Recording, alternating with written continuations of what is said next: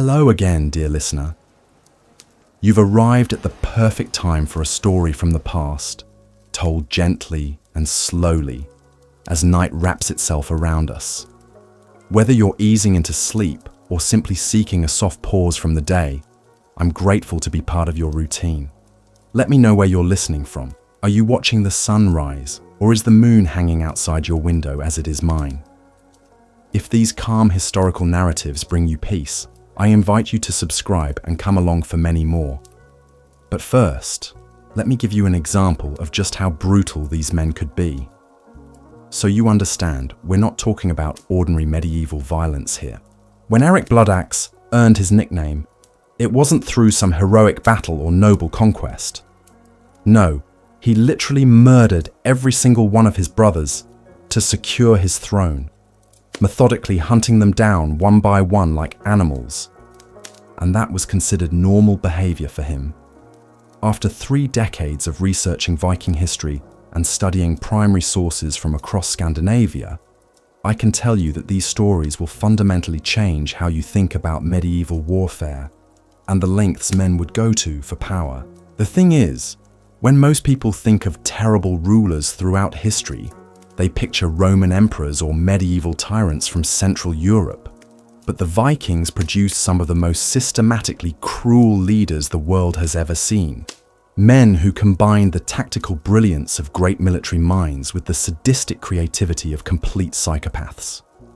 What makes their stories even more chilling is that these weren't random acts of violence born from madness, but calculated campaigns of terror designed to break the spirits of entire populations. So let's dive into the blood-soaked world of Viking brutality, starting with the man who literally earned his crown by wading through the blood of his own family.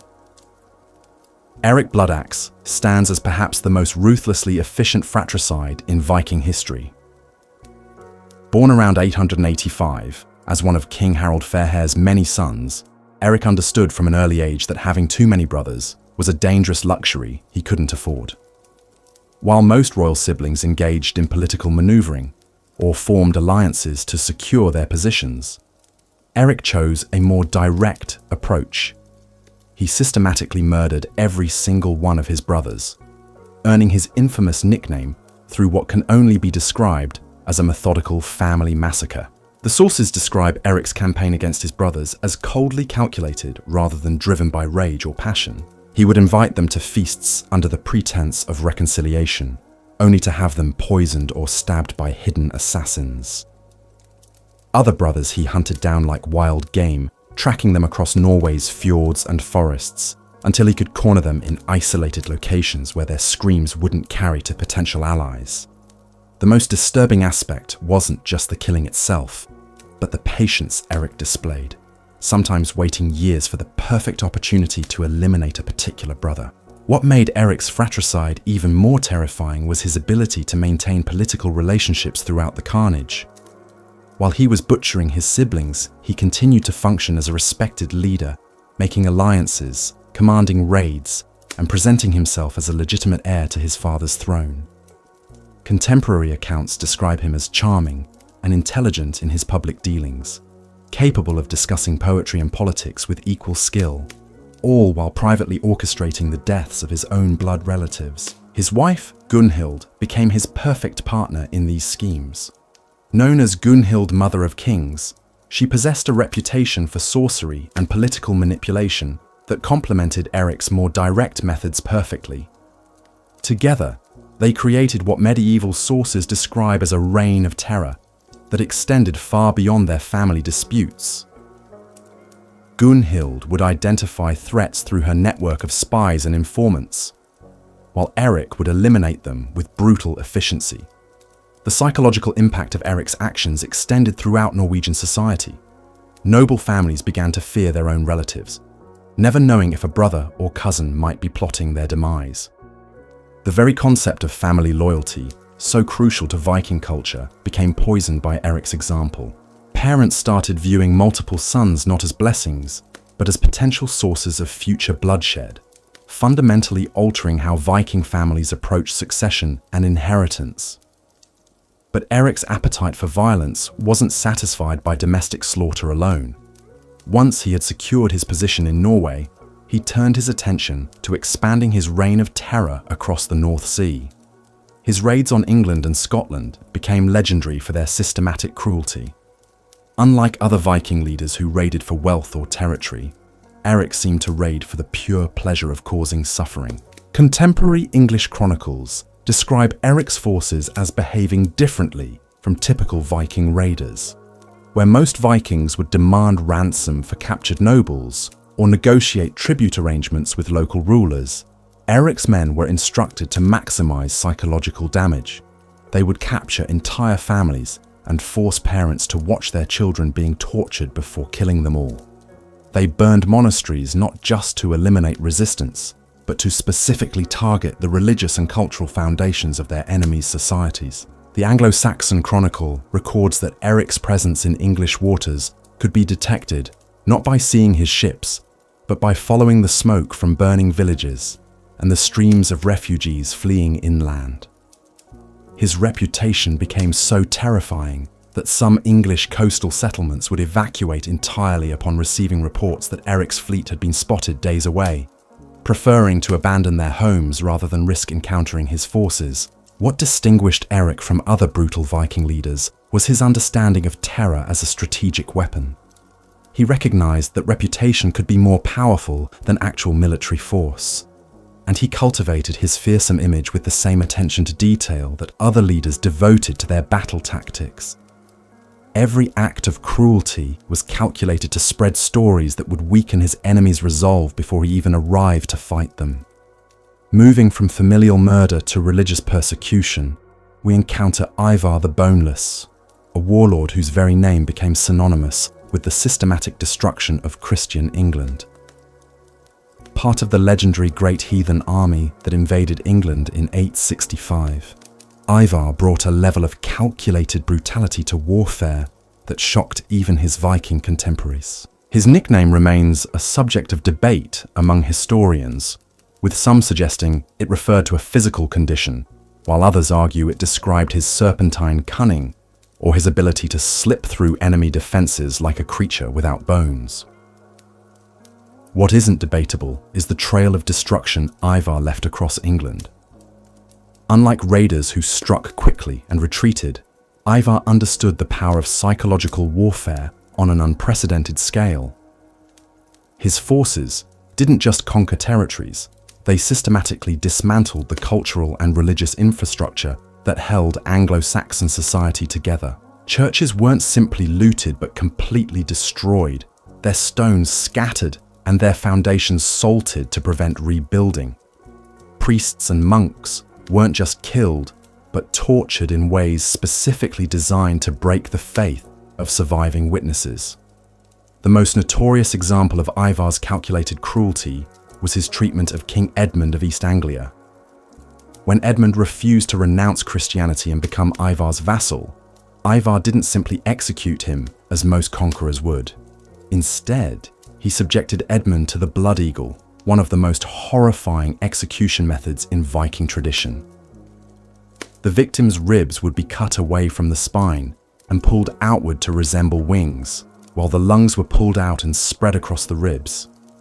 Edmund was kept alive throughout this process, forced to experience every moment of agony while Ivar's men chanted pagan prayers. But Ivar's genius for terror extended beyond individual executions. He understood that destroying symbols could be more effective than destroying armies. His forces specifically targeted religious artifacts, royal regalia, and cultural treasures, not for their material value, but for their psychological impact. When they captured York, Ivar ordered his men to use altar stones from the cathedral as foundations for latrines, forcing the surviving population to witness their most sacred objects being literally defiled every day. The systematic nature of Ivar's campaigns reveals a mind that understood warfare on multiple levels. While his brothers Halfdan and Ubba focused on traditional conquest and plunder, Ivar was conducting what we might recognize today as psychological warfare.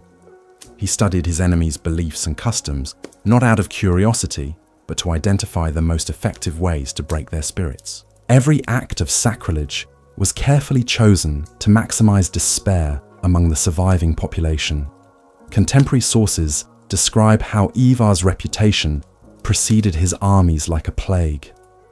Towns would surrender without resistance upon hearing that the boneless was approaching, preferring slavery to the alternative of experiencing his creative brutality.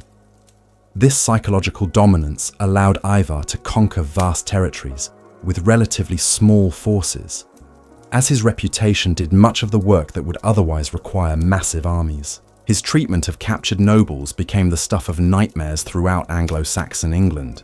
Rather than demanding ransoms or negotiating political arrangements, Ivar would keep high-ranking prisoners alive for extended periods, subjecting them to public humiliations and tortures designed to break their followers' loyalty. He understood that destroying a leader's dignity could be more effective than simply killing them, as it demonstrated to their people that their traditional sources of protection and authority were powerless against Viking might. The long-term impact of Ivar's methods extended far beyond the immediate military campaigns. His systematic destruction of religious and cultural institutions created a trauma that persisted in English collective memory for generations. The very name Ivar became a byword for diabolic cruelty, used by parents to frighten disobedient children, and by priests to illustrate the reality of earthly evil. What made Ivar particularly terrifying was his apparent enjoyment of the psychological aspects of conquest. Unlike leaders who viewed brutality as a necessary evil or a means to an end, contemporary accounts suggest that Ivar took genuine pleasure in devising new ways to break his enemies' spirits. He would spend hours planning elaborate tortures and humiliations, approaching cruelty with the same creativity that other leaders brought to poetry or craftsmanship. But perhaps the most chilling aspect of Ivar's legacy was how his methods influenced other Viking leaders. His success in using terror as a strategic weapon inspired imitators throughout the Viking world, creating a generation of warlords who competed to devise ever more horrifying ways to intimidate their enemies. The techniques he pioneered in England would spread throughout Viking territories, fundamentally changing how Norse leaders approached conquest and occupation. From the blood-soaked battlefields of England, our journey into Viking brutality takes us north to the frozen wastes of Norway, where we encounter Olaf Tryggvason, a man whose conversion to Christianity somehow made him even more terrifyingly violent than his pagan predecessors. This wasn't the gentle conversion of a reformed sinner finding peace through faith. No, Olaf wielded Christianity like a blood-stained battle axe, using his newfound religion as justification for levels of cruelty that would have impressed even Eric Bloodaxe himself. What makes Olaf's story particularly disturbing is how he transformed religious conversion from a personal spiritual journey into a weapon of mass torture. When he decided that Norway should become Christian, he didn't send missionaries or build churches. Instead, he traveled from village to village with a simple ultimatum: convert immediately, or experience agonies that would make you beg for the mercy of a quick death. And Olaf was a man of his word when it came to delivering on threats. The sagas describe his conversion methods with a level of detail that suggests contemporary witnesses were both horrified and fascinated by his techniques. When he encountered resistance from traditional Norse believers, Olaf would select the most prominent pagan leaders and subject them to tortures specifically designed to break not just their bodies, but their spirits. He understood that forcing someone to renounce their ancestral gods required destroying their fundamental sense of identity, and he approached this psychological dismantling with the precision of a master craftsman. One of his most notorious techniques involved what the sources call the hot iron persuasion. Pagan priests and stubborn chieftains would be stripped naked and bound to wooden posts, while red-hot iron implements were applied to various parts of their bodies. But this wasn't random torture born from rage. Olaf would start with non-vital areas, carefully escalating the pain while repeatedly offering the option of conversion. The psychological pressure was immense because the victim knew that accepting Christianity would end their immediate suffering, but they also knew that renouncing their gods would destroy their standing in the community and their prospects in the afterlife. What distinguished Olaf from other brutal rulers was his ability to present his cruelty as moral righteousness. He genuinely believed that torturing pagans into conversion was saving their souls, which gave him a level of conviction that made his methods even more terrifying. Unlike leaders who might show mercy when their anger cooled or their political objectives were met, Olaf's religious fervor meant that compromise was impossible. You either converted, or you suffered until you died or lost your mind, and he saw both outcomes as divinely ordained. His treatment of entire communities reveals the systematic nature of his approach to forced conversion. When Olaf arrived at a settlement, he would immediately identify the religious and political leaders, understanding that breaking these individuals would cause the entire social structure to collapse. He would force the population to gather and watch as their leaders were tortured, creating a collective trauma that made resistance psychologically impossible for most people. The sources describe how Olaf would use family relationships as leverage in his conversion campaigns. Parents would be forced to watch their children being tortured, while children would be made to witness their parents' agonies. But the true genius of his cruelty was offering each family member the power to end their loved one's suffering by converting to Christianity themselves. This created impossible moral dilemmas that destroyed traditional family bonds and community solidarity, leaving individuals isolated and vulnerable to his religious message. Contemporary accounts suggest that Olaf took genuine pleasure in the theological debates he would conduct while torturing his victims. He would quote Christian scripture while applying hot irons to pagan priests, creating a horrifying juxtaposition between messages of divine love and immediate physical agony. This wasn't mere sadism, but a calculated attempt to associate Christian doctrine with overwhelming power and authority, making conversion seem like the only rational choice for survival. But Olaf's conversion methods extended beyond physical torture to include psychological warfare that was equally devastating. He understood that Norse culture was built around concepts of honor, loyalty, and ancestral connection, so he specifically targeted these cultural foundations.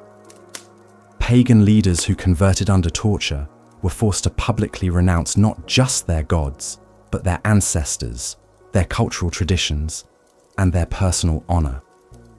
This cultural destruction was often more devastating than the physical pain, as it left converts completely isolated from their traditional sources of identity and meaning. The long-term effects of Olaf's conversion campaigns created a Norway where Christianity was associated not with love and redemption, but with terror and submission. Entire generations grew up understanding that religious belief was something imposed through violence rather than chosen through spiritual conviction. This created a peculiar form of Norwegian Christianity that retained much of the violence and fatalism of Norse paganism, while adding Christian theological justification for brutality. What makes Olaf's story even more chilling is how he influenced other rulers throughout Scandinavia. His success in using torture as a conversion tool inspired Christian kings in Denmark and Sweden to adopt similar methods, creating a wave of religious violence that swept across the entire region. The techniques he pioneered for breaking cultural resistance became standard practices for rulers seeking to impose religious or political changes on reluctant populations. Moving from religious persecution to political paranoia, we encounter Magnus the Cruel, a Danish king whose reign became a masterclass in how suspicion and fear could transform a competent ruler into a monster who destroyed everything he touched. Magnus didn't start his reign as a particularly brutal man, but his growing paranoia about potential threats gradually transformed him into someone who saw enemies in every shadow and betrayal in every conversation. What made Magnus particularly dangerous was his intelligence combined with his increasing inability to trust anyone around him. Unlike rulers whose cruelty stemmed from ignorance or simple sadism, Magnus was smart enough to devise sophisticated systems for identifying and eliminating potential threats. Unfortunately, his definition of what constituted a threat expanded continuously throughout his reign, eventually encompassing virtually everyone who held any position of authority or influence in his kingdom. The early signs of Magnus's transformation into a monster were subtle but ominous. He began requiring increasingly elaborate loyalty oaths from his nobles, not just simple pledges of allegiance, but detailed promises that included clauses about reporting suspicious conversations and surrendering family members as hostages if necessary. What started as reasonable precautions against rebellion gradually evolved into a comprehensive surveillance system that turned every member of the Danish nobility into both a potential suspect and an unwilling informant. His treatment of suspected conspirators reveals the methodical nature of his paranoia. Rather than simply executing people he suspected of disloyalty, Magnus would orchestrate elaborate investigations designed to extract confessions and identify co-conspirators. These investigations invariably involved torture, but Magnus's tortures were specifically designed to produce detailed information rather than simply cause pain. He understood that breaking someone's will to resist required different techniques than breaking their body, and he became an expert at both. The psychological pressure Magnus created throughout his kingdom was perhaps more devastating than his physical cruelty. Nobles never knew when an innocent conversation might be misinterpreted as treasonous, when a business transaction might be seen as a conspiracy, or when a family gathering might be viewed as a plotting session.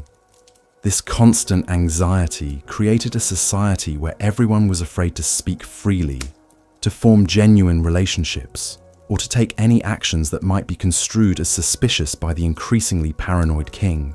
What distinguished Magnus from other paranoid rulers was his ability to create self-fulfilling prophecies of betrayal.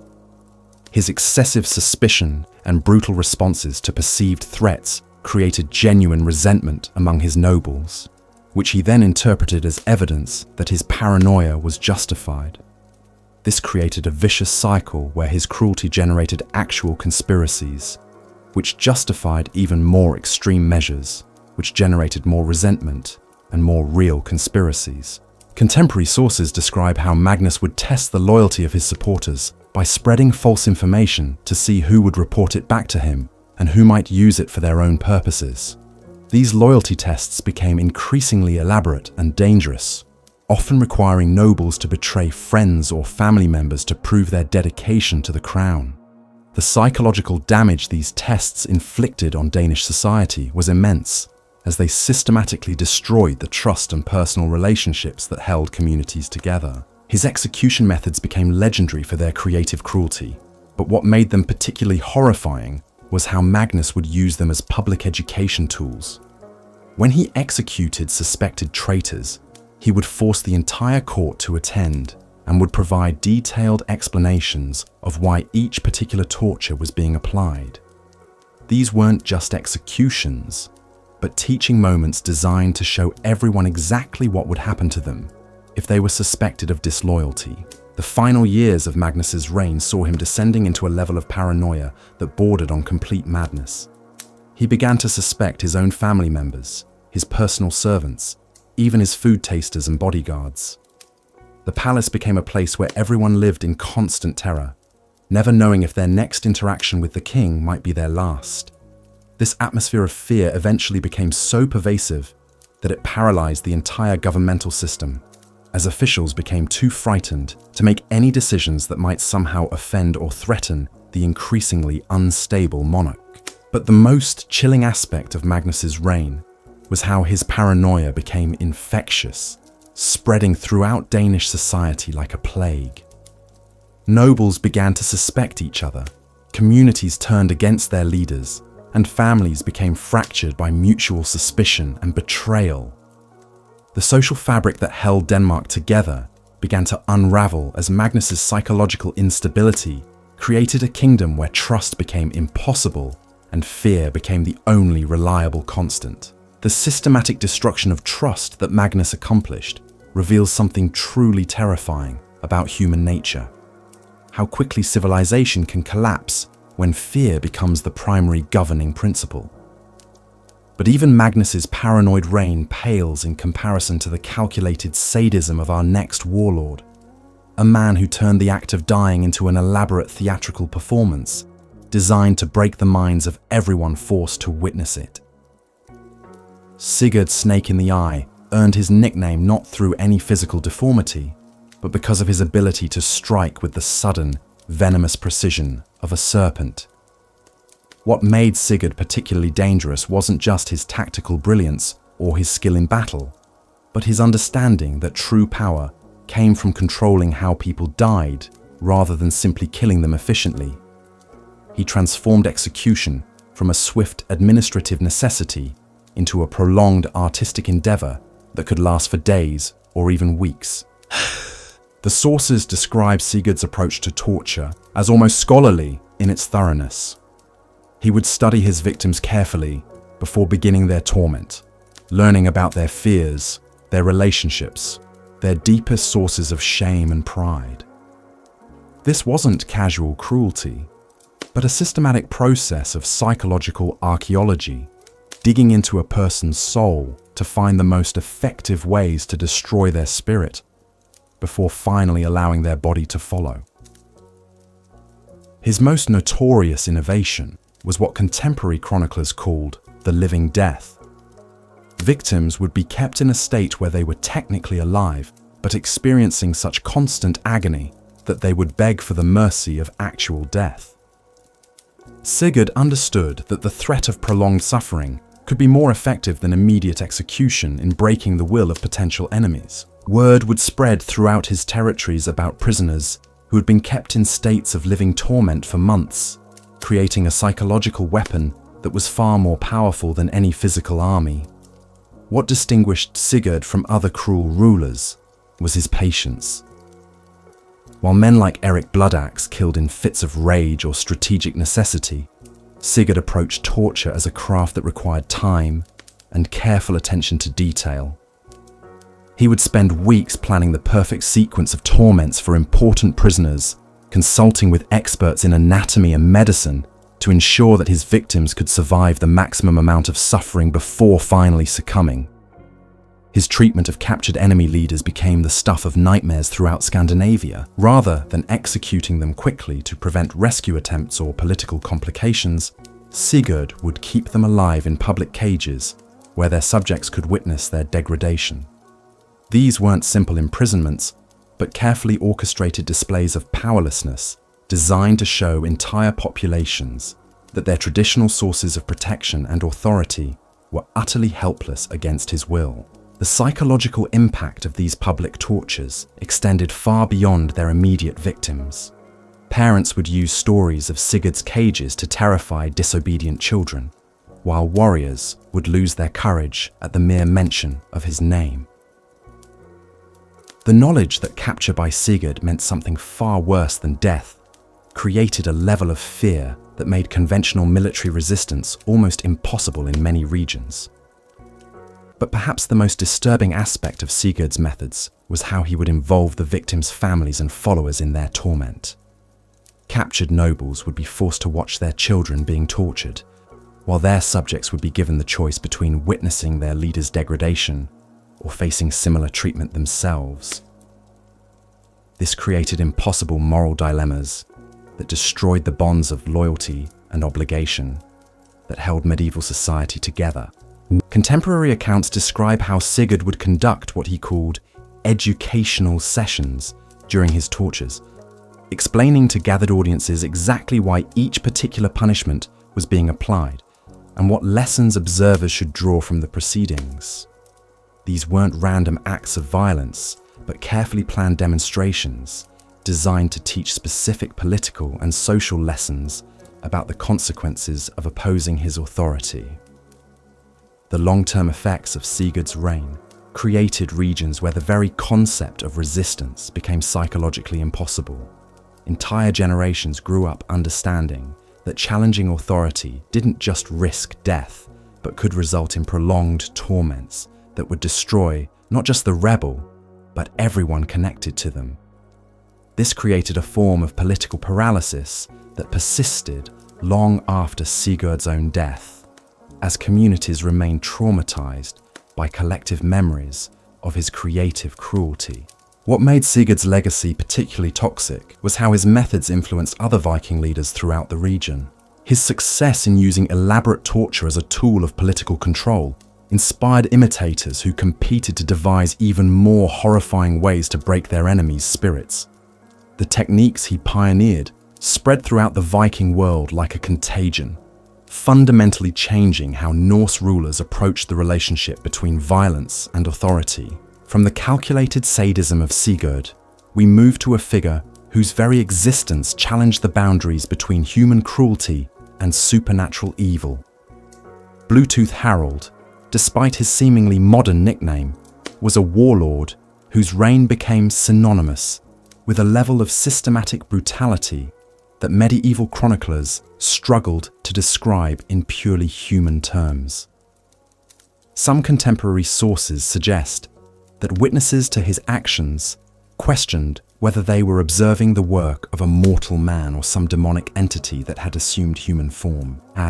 What made Bluetooth Harald particularly terrifying was his ability to combine the organizational skills of a brilliant administrator with the creative sadism of a complete psychopath. Unlike rulers whose cruelty was chaotic or impulsive, Harald approached brutality as a systematic enterprise that required careful planning, detailed record keeping, and continuous innovation.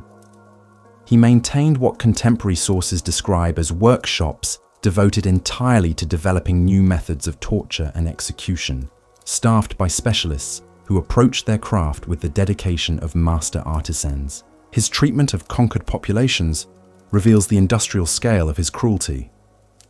Rather than simply killing or enslaving defeated enemies, Harald would implement what he called educational programs designed to systematically break the cultural and psychological foundations of entire communities. These programs involved separating families, destroying religious and cultural artifacts, and forcing survivors to participate in rituals that violated their deepest beliefs and values. The sources describe Harald's approach to cultural destruction as almost scientific in its thoroughness. He would study the traditions and beliefs of conquered peoples, not out of intellectual curiosity, but to identify the most effective ways to destroy their sense of identity and community. Sacred sites would be desecrated in ways specifically chosen to maximize psychological trauma, while traditional leaders would be subjected to public humiliations designed to break their followers' faith in established authority. What distinguished Harald from other brutal conquerors was his understanding that physical destruction was often less effective than psychological manipulation. He discovered that forcing people to betray their own values and beliefs created a deeper and more lasting trauma than simply terrorizing them through violence. His territories became laboratories for testing different methods of breaking human spirits, with Harald carefully observing the results and refining his techniques based on their effectiveness. His system of informants and collaborators created a network of complicity that extended throughout his territories, forcing ordinary people to become participants in the oppression of their neighbors and communities. This wasn't just surveillance, but a systematic corruption of social relationships, designed to make resistance impossible by destroying the trust and solidarity that rebellion required. Contemporary accounts describe how Harald would conduct elaborate ceremonies designed to celebrate and institutionalize cruelty throughout his realm. These weren't simple displays of power, but carefully orchestrated events that normalized extreme violence and made participation in brutality a requirement for social acceptance. Citizens who refused to attend these ceremonies or who failed to demonstrate sufficient enthusiasm for the proceedings would themselves become targets for his educational programs. The psychological pressure Harald created was so intense that many of his subjects began to internalize his values, genuinely believing that extreme cruelty was not just necessary, but morally justified. This transformation of victims into willing participants in their own oppression represents perhaps the most chilling aspect of his legacy, as it demonstrates how systematic brutality can fundamentally alter human nature itself. His influence extended far beyond his immediate territories through a network of disciples and imitators, who spread his methods throughout the Viking world. These weren't just political allies, but true believers who had been converted to Harald's philosophy that cruelty was the most effective tool for achieving social and political objectives. The techniques he developed continued to spread long after his death, creating a legacy of systematic brutality that influenced Viking culture for generations.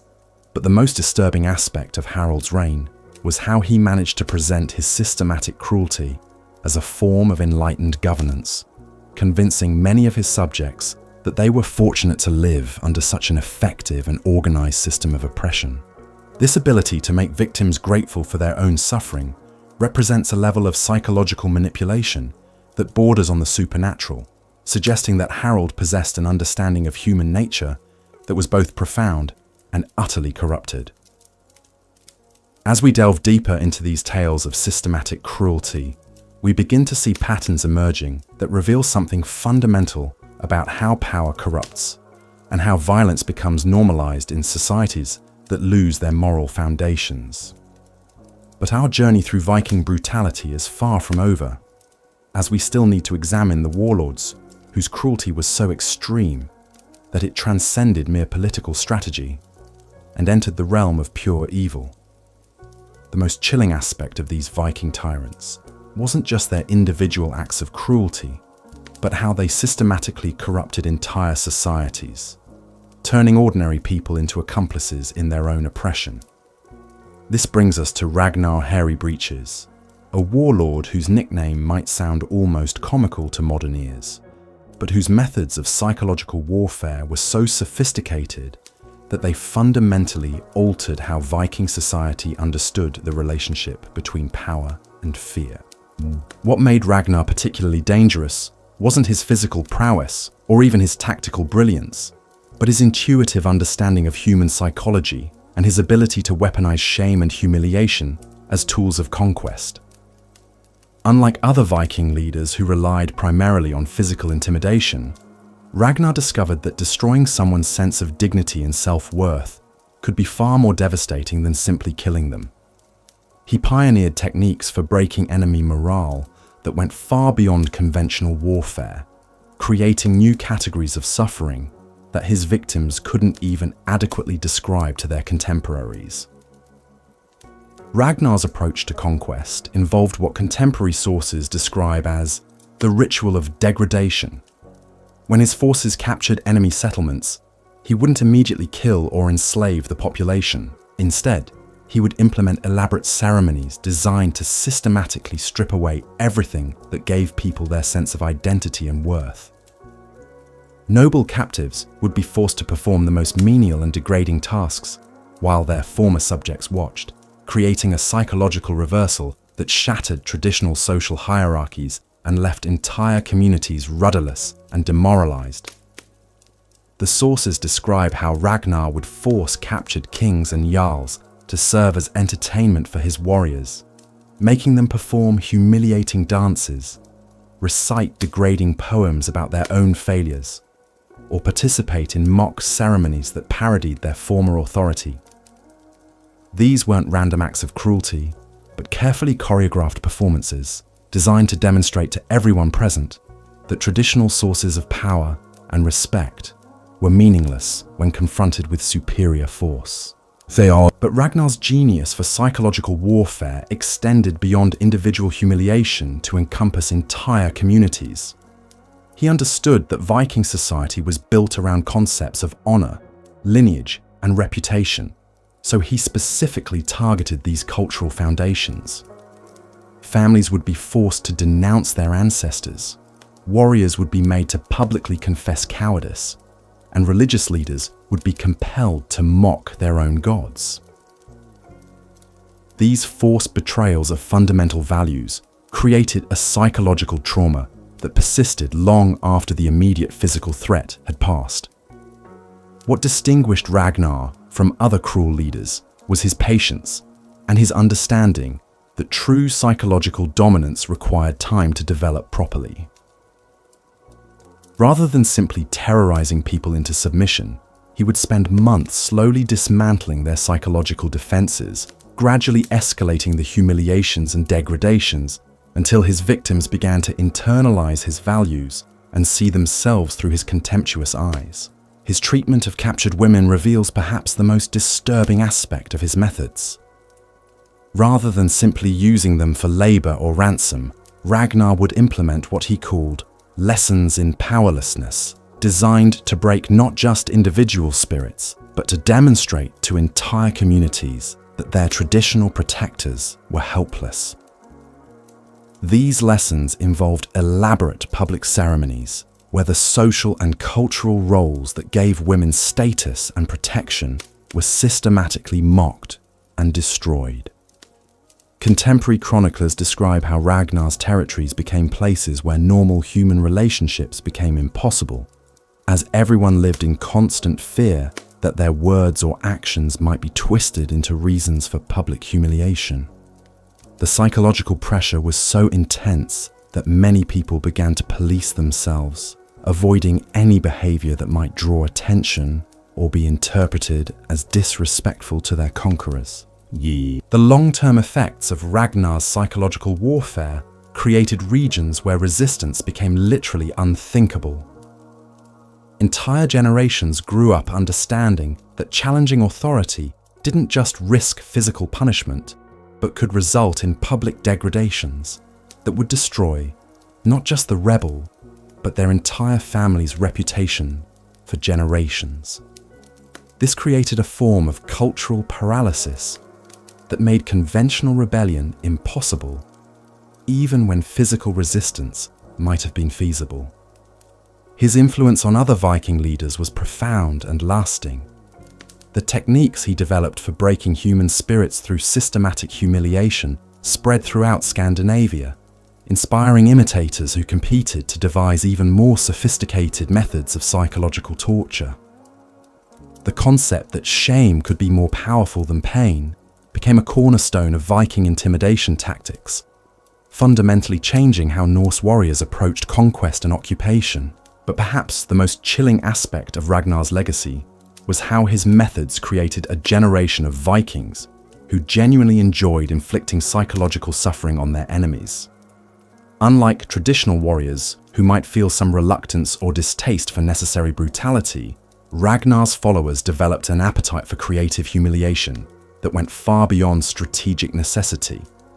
They began to see the systematic destruction of human dignity as an art form worthy of cultivation and refinement. From the psychological laboratories of Ragnar's territories, we move to encounter Halfdan the Black, a ruler whose nickname derived not from his appearance, but from the darkness that seemed to follow in his wake wherever he traveled. Halfdan represents perhaps the purest expression of nihilistic violence in Viking history. A man who appeared to destroy not for political gain or strategic advantage, but simply because destruction itself brought him a twisted form of satisfaction that nothing else could provide. What made Halfdan particularly terrifying was his apparent lack of any coherent motivation for his cruelty. While other brutal Viking leaders could at least claim they were pursuing political objectives or defending cultural values, Halfdan seemed to inflict suffering for its own sake, as if the act of causing pain was the only thing that gave meaning to his existence. This purposeless cruelty was in some ways more frightening than strategic brutality, because it was impossible to negotiate with or understand.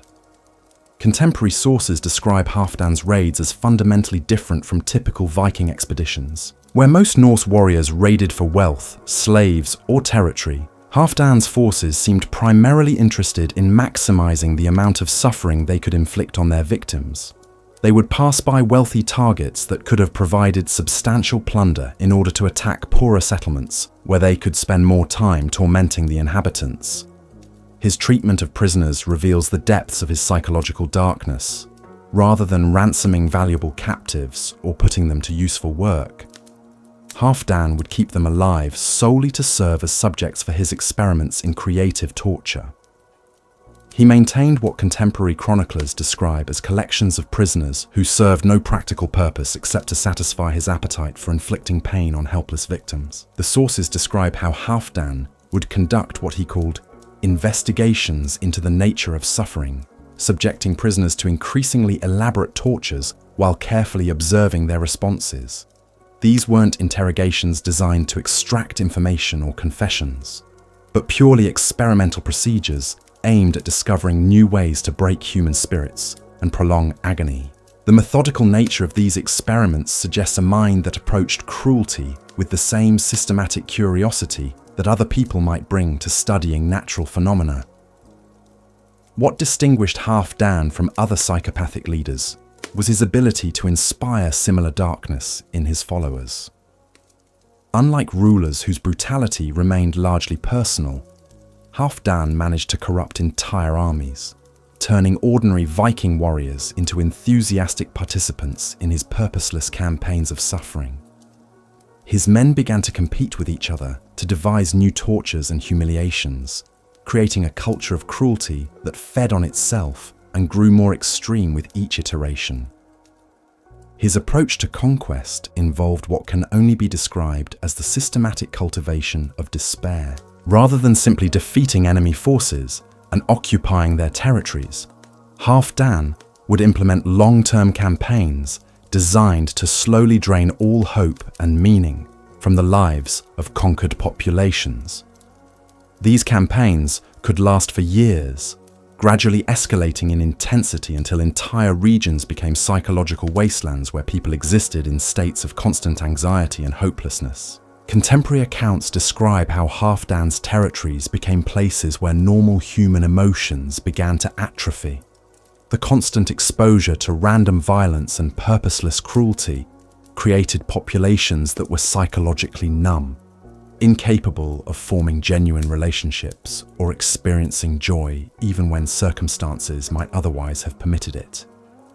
This emotional deadness was perhaps more devastating than physical destruction, as it robbed people of the inner resources they needed to rebuild their lives or resist their oppressors. The psychological contagion that Halfdan created extended far beyond his immediate victims to affect entire regions of Scandinavia.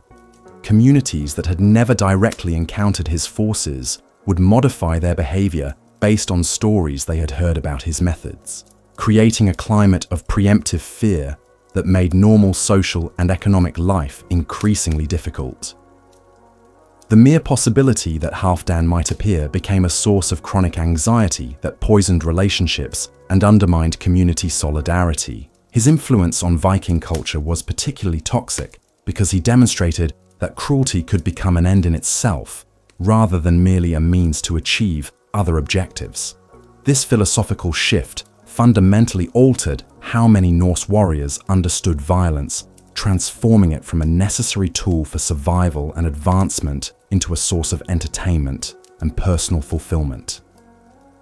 The long-term consequences of this transformation would haunt Scandinavian society for generations. But the most disturbing aspect of Halfdan's legacy was how he proved that human beings could be systematically trained to enjoy inflicting suffering on their fellow humans. His territories became proving grounds for testing the limits of human moral corruption, demonstrating that under the right conditions, ordinary people could be transformed into enthusiastic participants in the most extreme forms of cruelty imaginable. Moving from the nihilistic darkness of Halfdan, we encounter Sweyn Forkbeard, a Danish king whose reign represented the industrialization of Viking brutality. Where previous tyrants had approached cruelty as either a personal passion or a strategic tool, Sweyn transformed systematic violence into a governmental institution, creating bureaucratic systems for organizing and implementing terror on an unprecedented scale. What made Sweyn particularly dangerous was his organizational genius, combined with his complete lack of moral restraint. He understood that individual acts of cruelty, however extreme, had limited impact compared to systematic campaigns of terror that could be sustained over long periods and applied consistently across vast territories. His reign marked the transition from personal tyranny to institutional oppression, creating governmental structures specifically designed to maximize suffering and fear. Sweyn's approach to governance involved the creation of what contemporary sources describe as departments of intimidation, staffed by specialists who approached terror as a professional discipline requiring specific skills and training. These weren't random collections of brutal thugs, but organized bureaucracies with clear hierarchies, standardized procedures, and performance metrics based on their effectiveness in breaking resistance and maintaining fear. The sources describe how Sweyn would conduct regular reviews of his terror operations, analyzing which techniques were most effective in different contexts and refining his methods based on empirical results. This systematic approach to cruelty allowed him to achieve levels of psychological control that individual tyrants could never sustain, as his institutional systems could operate independently of his personal presence or attention. His treatment of conquered territories reveals the industrial scale of his operations. Rather than simply appointing governors or extracting tribute, Sweyn would implement comprehensive systems for monitoring and controlling every aspect of daily life in occupied regions.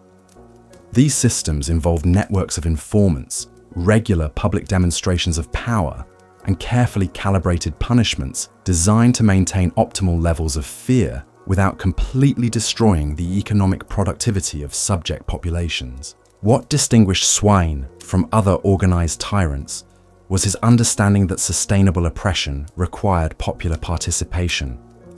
He created incentive systems that rewarded citizens for reporting suspicious behavior, participating in public punishments, and demonstrating enthusiasm for his regime's values.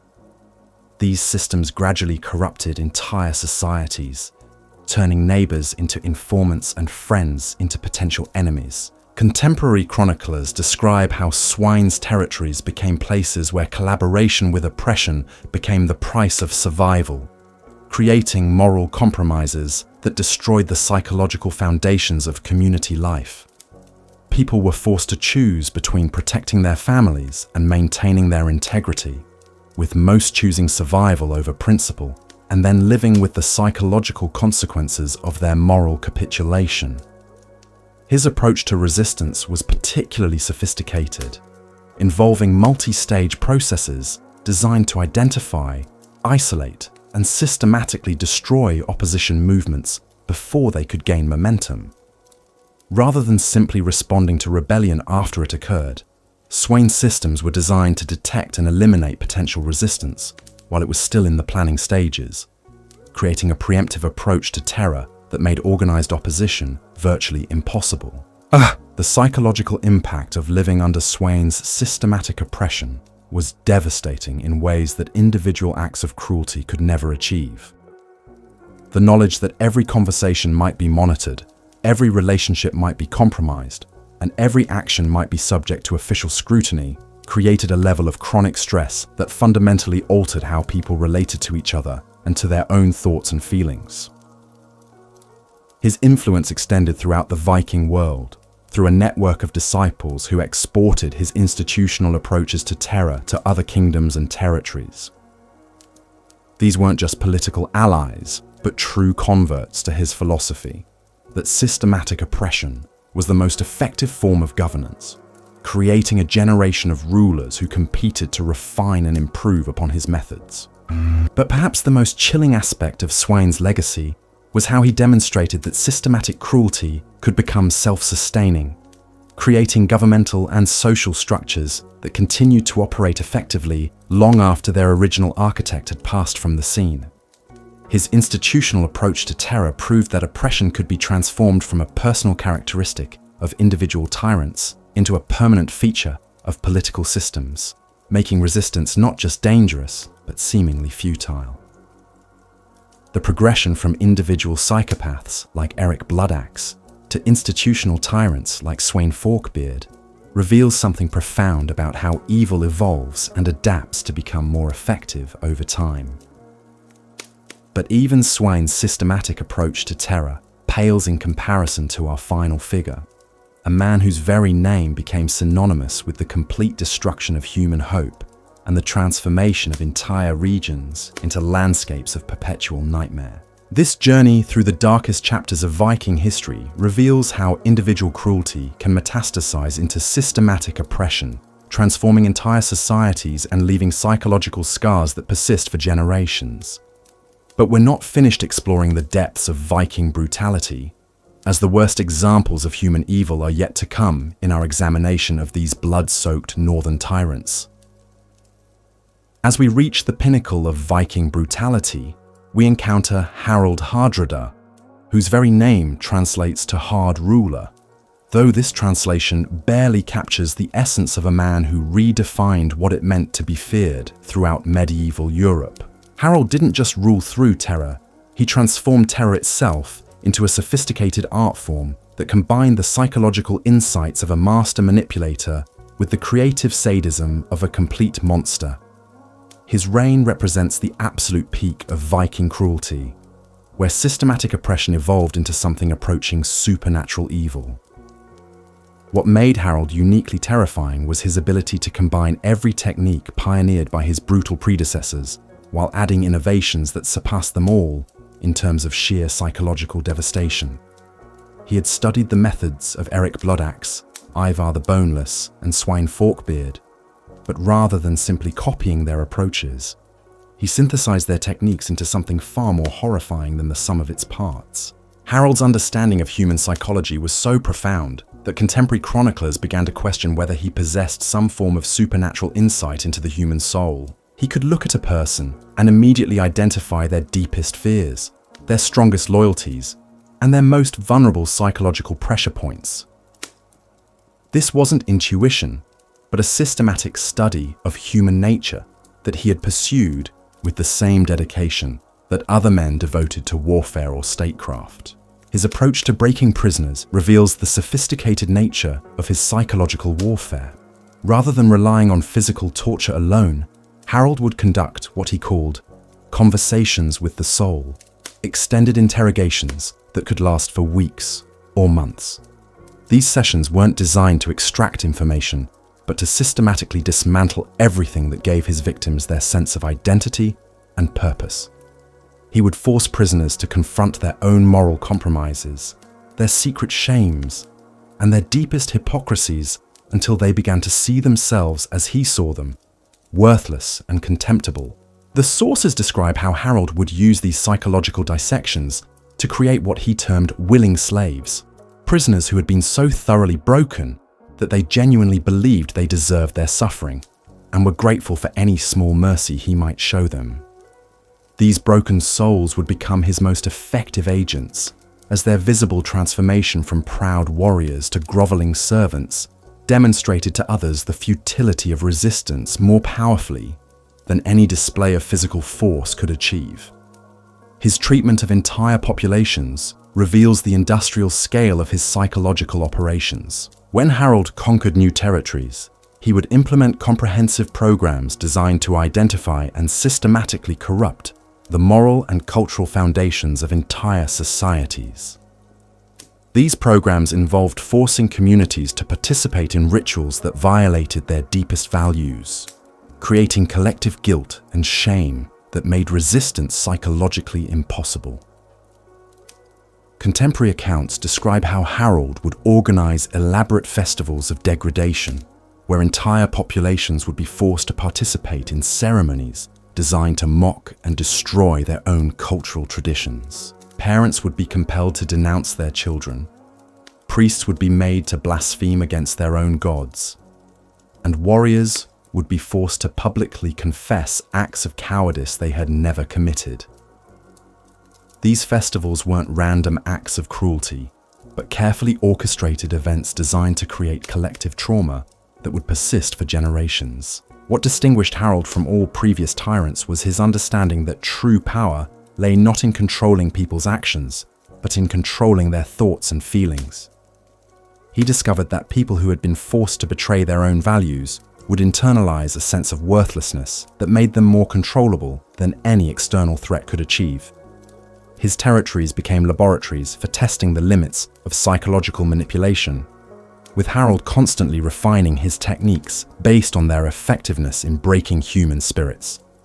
His system of corruption extended to every level of society, from the highest nobles to the lowest peasants. Harold understood that sustainable oppression required the active participation of the oppressed, so he created incentive structures that made collaboration with his regime seem like the only rational choice for survival.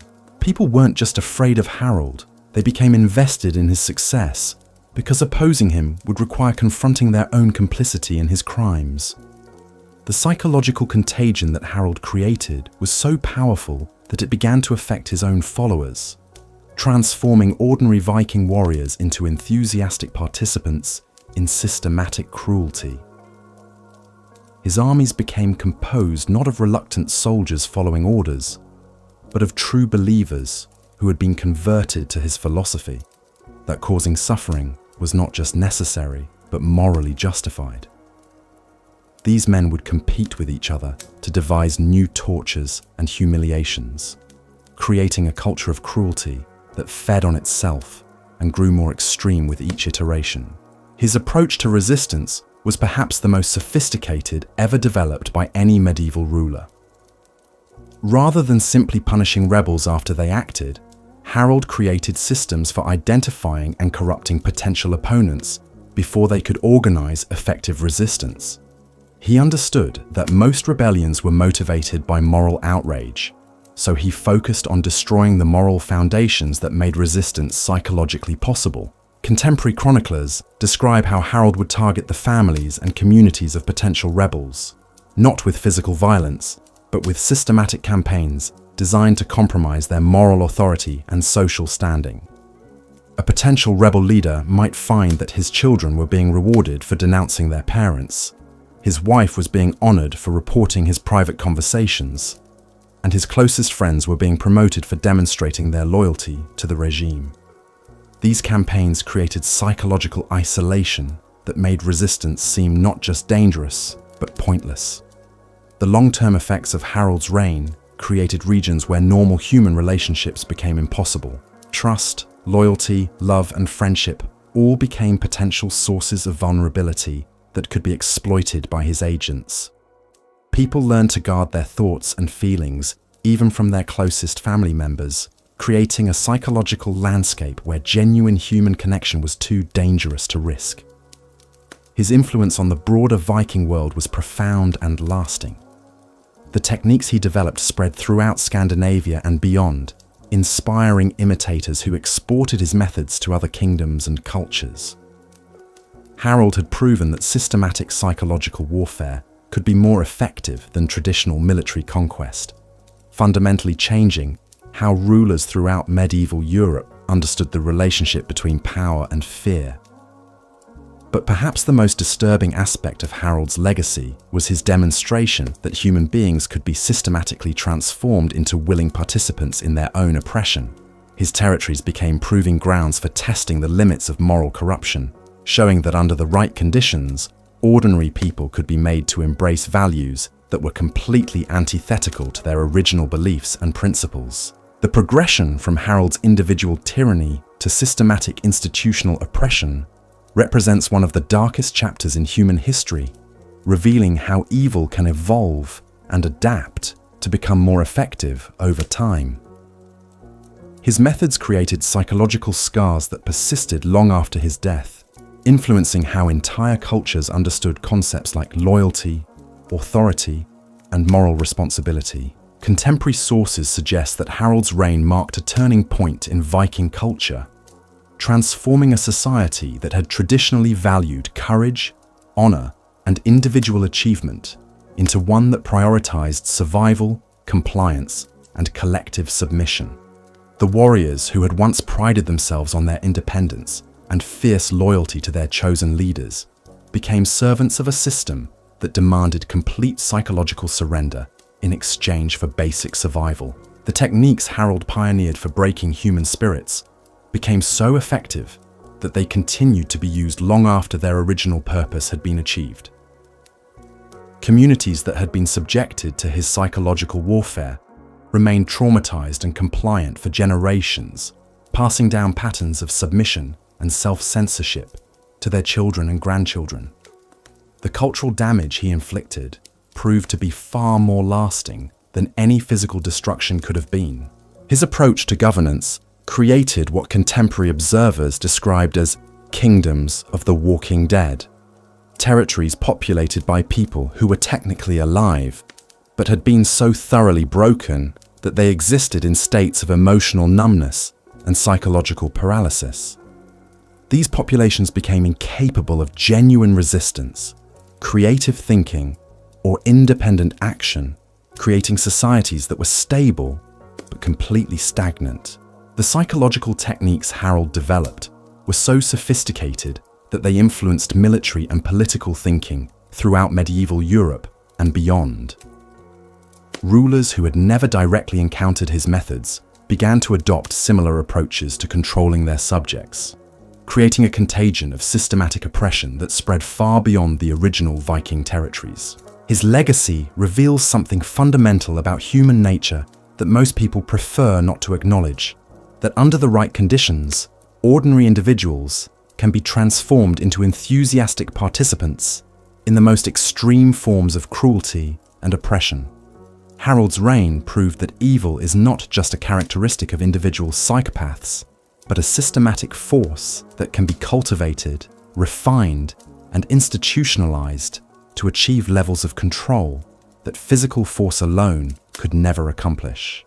But Harold Hardrada was not the final word in Viking brutality. As his methods spread and evolved, they gave rise to even more sophisticated forms of systematic cruelty that would influence human civilization for centuries to come.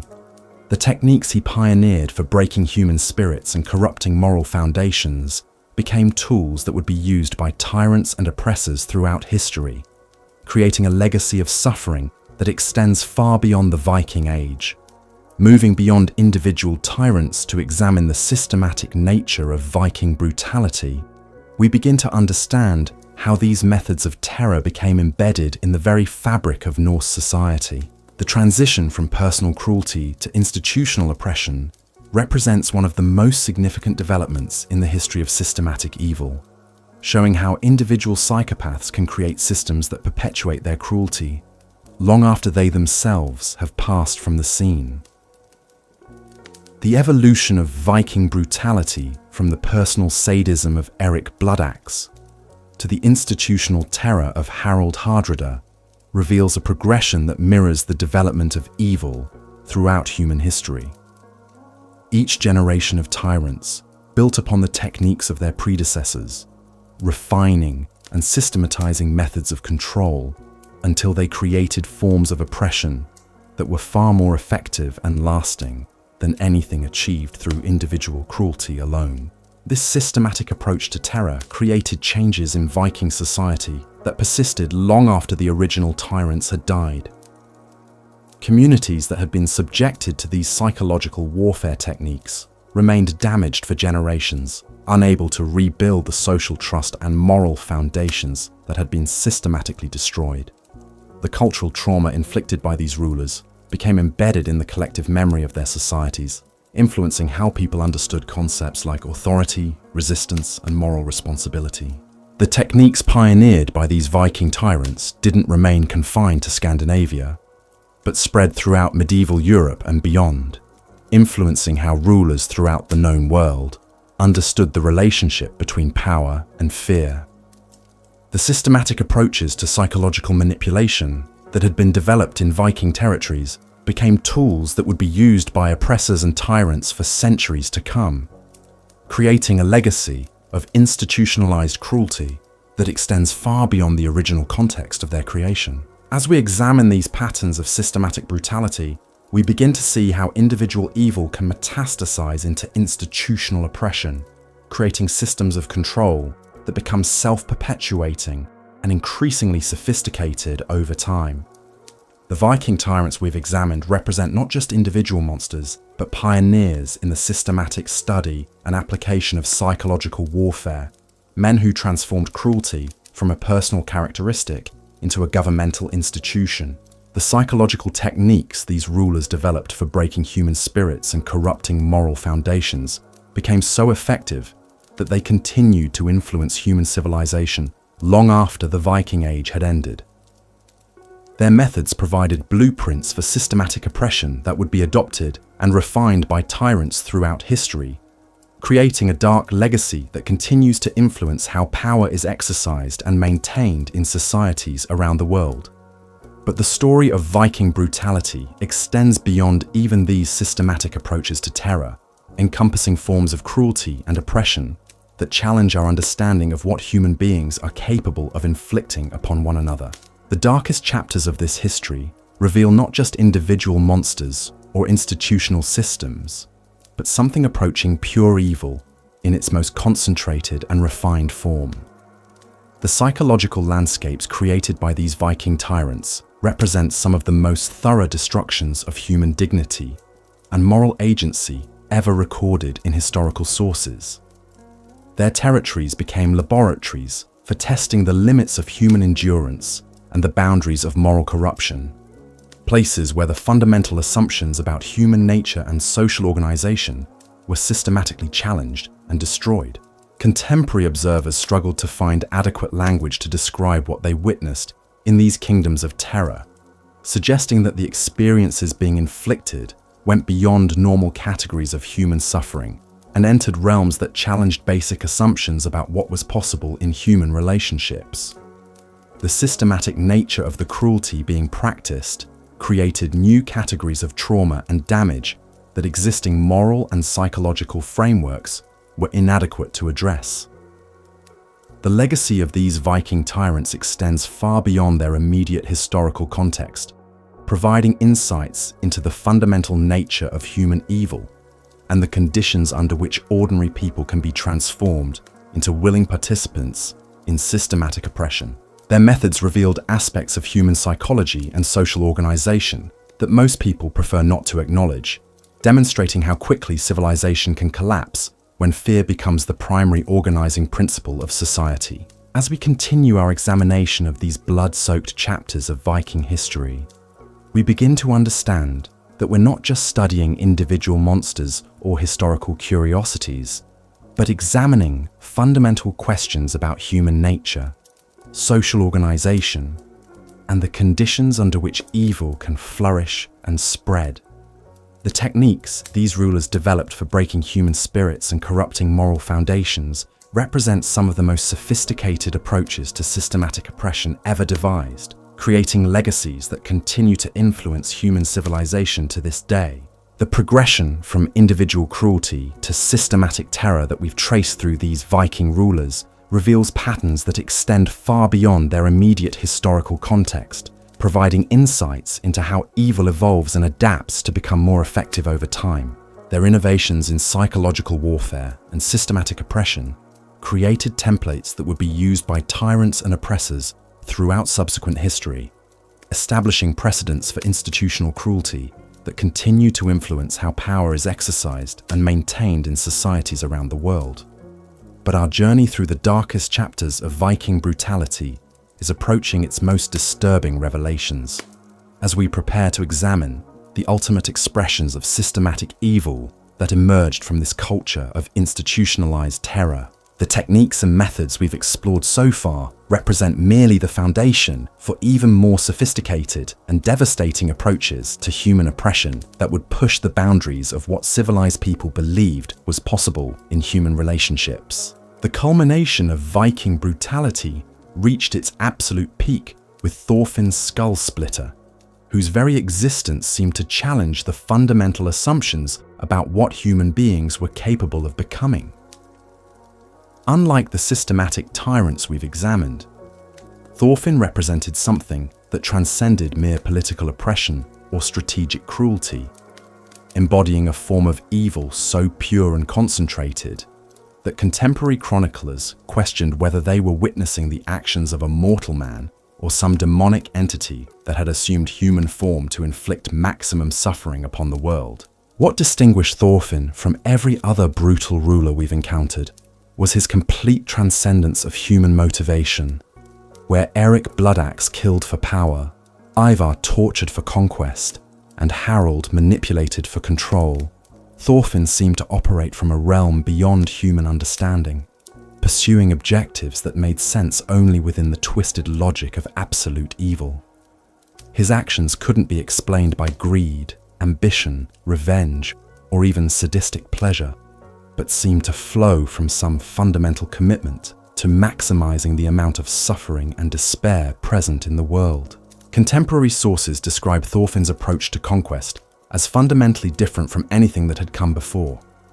His forces didn't raid for wealth, territory, or strategic advantage, but seemed to seek out opportunities to inflict the maximum possible psychological damage on their victims. They would bypass rich targets that offered substantial plunder to attack communities where they could spend more time conducting what Thorfinn called experiments in the nature of despair, elaborate tortures designed not to extract information or demonstrate power, but to explore the absolute limits of human endurance. His treatment of captured populations reveals the systematic nature of his approach to creating suffering. Rather than simply killing or enslaving defeated enemies, Thorfinn would implement what he termed educational programs in the reality of powerlessness, complex psychological campaigns designed to strip away every source of meaning, hope, and identity that gave people reason to continue existing. These programs could last for months or even years, gradually escalating in their psychological sophistication until entire communities existed in states of living death, technically alive but completely broken in spirit. The sources describe how Thorfinn would study his victims with the same methodical attention that scholars devoted to understanding natural phenomena, carefully observing their responses to different forms of psychological pressure and refining his techniques based on their effectiveness in breaking human spirits. He maintained detailed records of his experiments, creating what contemporary chroniclers describe as libraries of human suffering that catalogued the most effective methods for destroying hope, faith, love, and every other emotion that made life worth living. What made Thorfinn's methods particularly horrifying was their complete lack of practical purpose. Unlike other tyrants who used cruelty as a means to achieve political or military objectives, Thorfinn seemed to pursue suffering as an end in itself, as if the act of causing pain was the only thing that gave meaning to his existence. This purposeless evil was far more terrifying than strategic brutality because it couldn't be negotiated with, reasoned with, or even properly understood by normal human psychology. His approach to psychological warfare involved techniques so sophisticated that they challenged contemporary understanding of human nature itself. Thorfinn had discovered methods for making people complicit in their own destruction, creating psychological dynamics where victims would actively participate in increasing their own suffering while believing they were making rational choices for survival. These techniques created forms of trauma so profound that they fundamentally altered how people understood concepts like choice, responsibility, and moral agency. Contemporary accounts describe how Thorfinn's territories became places where normal categories of human experience ceased to function. Love became a source of vulnerability that could be exploited for torture. Hope became a weakness that invited greater suffering, and faith became a target for systematic destruction. People learned to suppress every positive emotion because displaying any sign of happiness or contentment would immediately draw Thorfinn's attention and result in elaborate punishments designed to crush whatever spark of joy had dared to manifest itself. His influence on his followers was perhaps even more disturbing than his direct victims' experiences. Thorfinn possessed an uncanny ability to identify individuals who possessed latent capacities for extreme cruelty and to cultivate these tendencies until they flowered into enthusiastic sadism. His armies became composed not of reluctant soldiers following orders, but of true disciples who had been converted to his philosophy that causing suffering was the highest form of human achievement. The psychological contagion that Thorfinn created spread throughout his territories like a plague, infecting everyone who came into contact with his methods and philosophy. Ordinary people began to compete with each other to demonstrate their loyalty to his regime by devising new forms of cruelty to inflict on their neighbors and family members. Communities that had once been characterized by mutual support and cooperation became landscapes of suspicion, betrayal, and casual brutality where everyone lived in constant fear of being targeted by their own relatives and friends. His approach to resistance was so sophisticated that it prevented opposition from even forming in the minds of potential rebels. Rather than waiting for resistance to manifest and then crushing it, Thorfinn created psychological conditions that made the very concept of resistance literally unthinkable. He understood that rebellion required hope, and he systematically eliminated every possible source of hope from his territories until people became incapable of imagining that their circumstances could ever improve. The techniques Thorfinn developed for destroying hope were so effective that they created what contemporary observers described as kingdoms of the living dead, territories populated by people who continued to breathe and move, but had been so thoroughly broken that they existed in states of complete emotional numbness. These populations became incapable of joy, love, creativity, or any other positive emotion, creating societies that were stable but utterly devoid of anything that made human existence worthwhile. His methods for corrupting moral foundations were equally devastating. Thorfinn discovered that people could be made to betray their deepest values through carefully constructed moral dilemmas that made betrayal seem like the only rational choice for survival. Parents would be forced to choose between saving one child by sacrificing another. Communities would be compelled to select members for torture to spare the rest. And religious leaders would be made to choose between blasphemy and watching their congregations suffer. These forced moral compromises created psychological damage that persisted long after the immediate threats had passed. People who had been forced to make such choices would internalize feelings of guilt and self-hatred that made them more controllable than any external threat could achieve. They would come to see themselves as fundamentally corrupted and unworthy of redemption, creating a psychological prison that was far more effective than any physical confinement. The systematic nature of Thorfinn's approach to evil created changes in human psychology that challenged fundamental assumptions about moral agency and personal responsibility. His victims didn't just suffer physical pain or emotional trauma, but experienced what can only be described as spiritual annihilation, the complete destruction of everything that gave their existence meaning and purpose.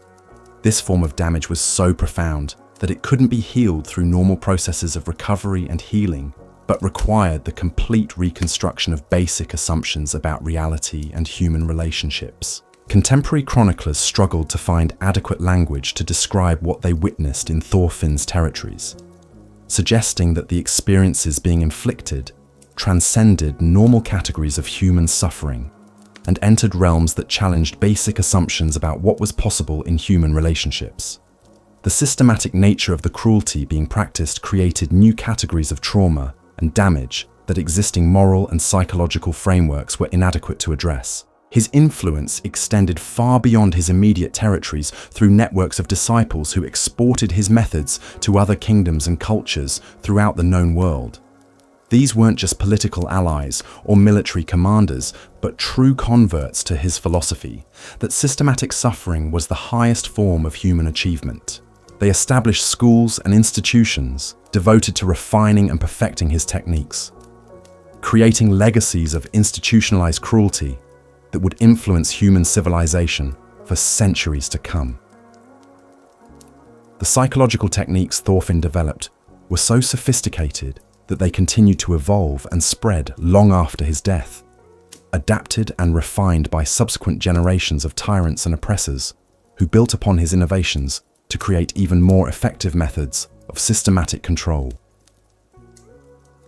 His discoveries about human psychology and the conditions under which people could be made to betray their deepest values became foundational knowledge for anyone seeking to establish and maintain absolute power over human populations. But perhaps the most disturbing aspect of Thorfinn's legacy was his demonstration that evil could become self-perpetuating, creating systems and institutions that continued to generate suffering long after their original architect had passed from the scene.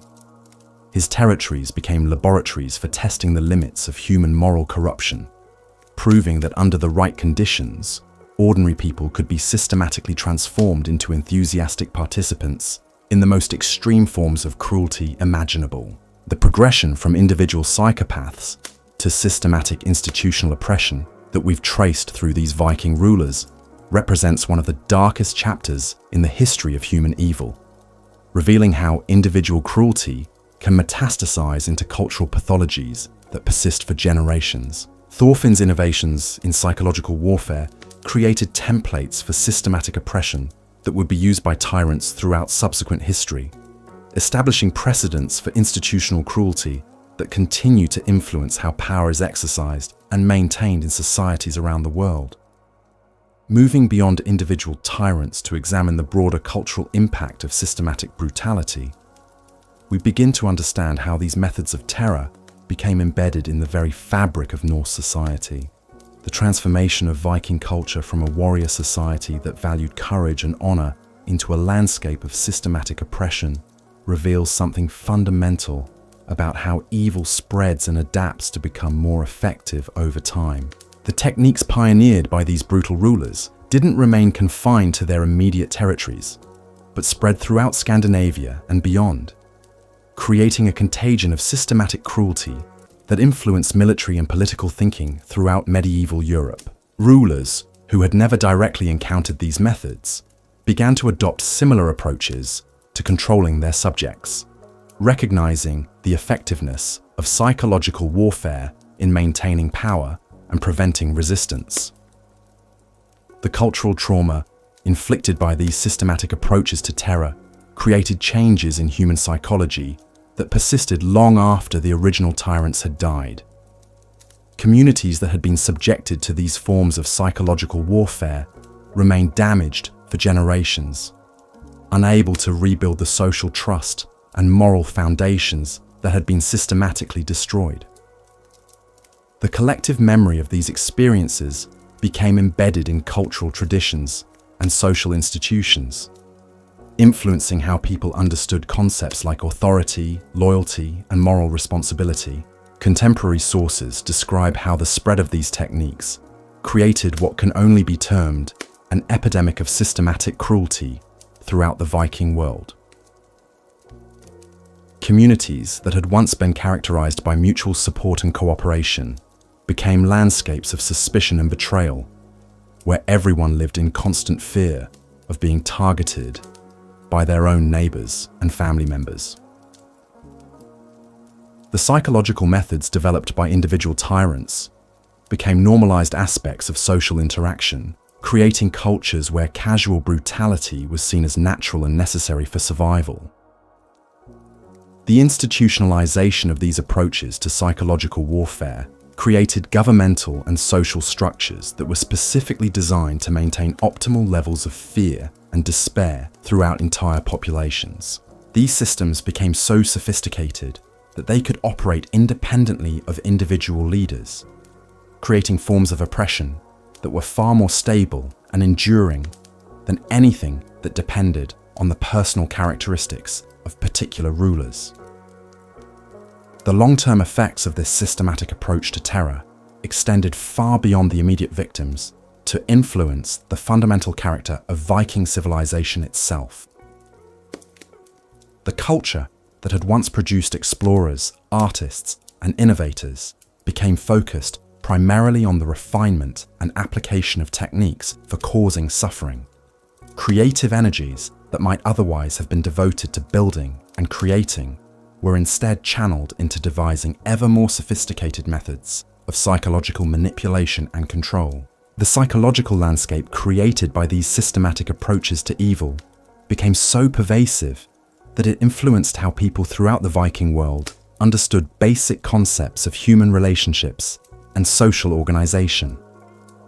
Trust, loyalty, love, and friendship all became potential sources of vulnerability that could be exploited by those in power, creating social environments where genuine human connection was too dangerous to risk.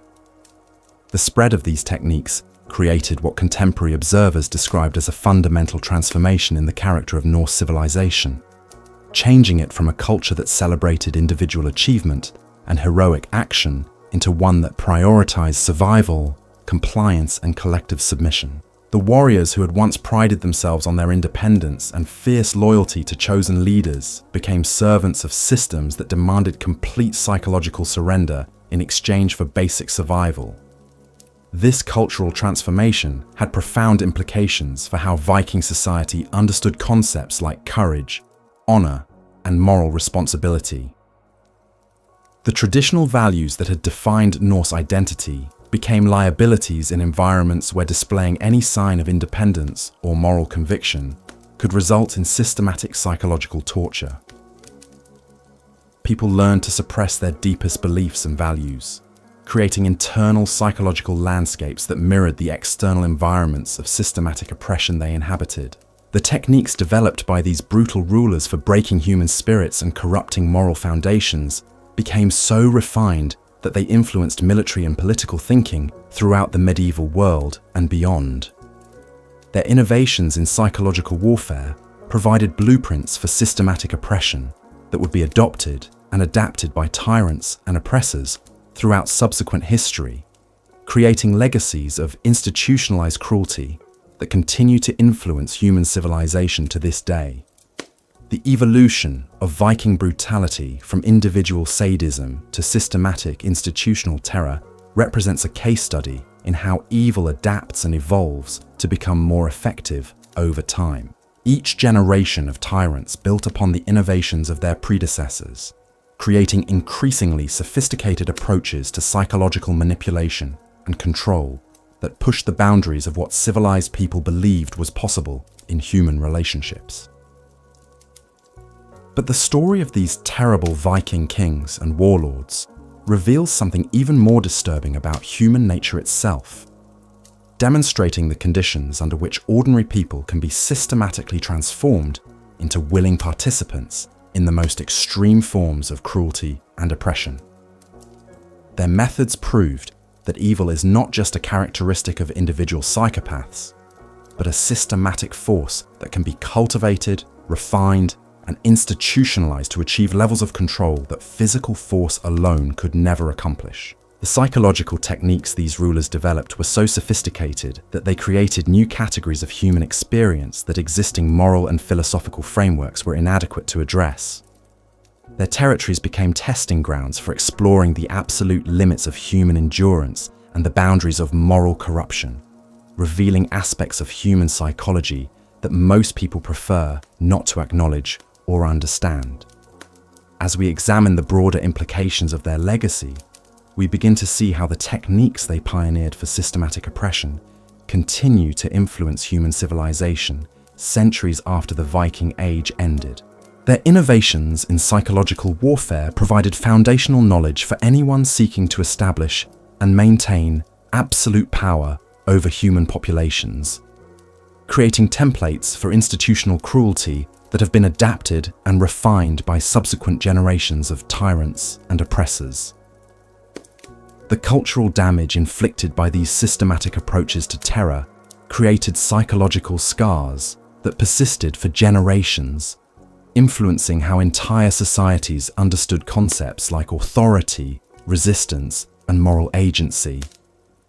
Communities that had been subjected to these forms of psychological warfare remained traumatized long after the immediate threats had passed, unable to rebuild the social trust and cultural foundations that had been systematically destroyed. But perhaps the most chilling aspect of their legacy is how it demonstrates the fragility of human civilization itself, showing how quickly societies can collapse when fear becomes the primary organizing principle of social life.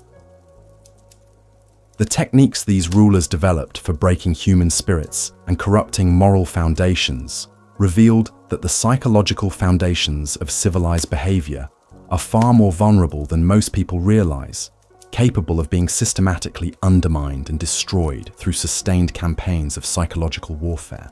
The progression from individual brutality to institutional terror that we've traced through these Viking rulers provides insights into fundamental questions about human nature, social organization, and the conditions under which evil can flourish and spread. Their methods created precedents for systematic oppression that continue to influence how power is exercised and maintained in societies around the world, establishing patterns of institutional cruelty that persist long after their original contexts have disappeared. As we prepare to conclude our examination of these blood-soaked chapters of Viking history, we must confront the disturbing reality that their innovations in systematic cruelty represent not just historical curiosities, but ongoing challenges to human civilization itself. The techniques they developed for breaking human spirits and corrupting moral foundations continue to pose threats to the psychological and cultural foundations of free societies, requiring constant vigilance and active resistance to prevent their resurgence in new forms. The legacy of these terrible Viking kings and warlords extends far beyond their immediate historical context, providing dark lessons about the nature of human evil and the conditions under which it can flourish and spread.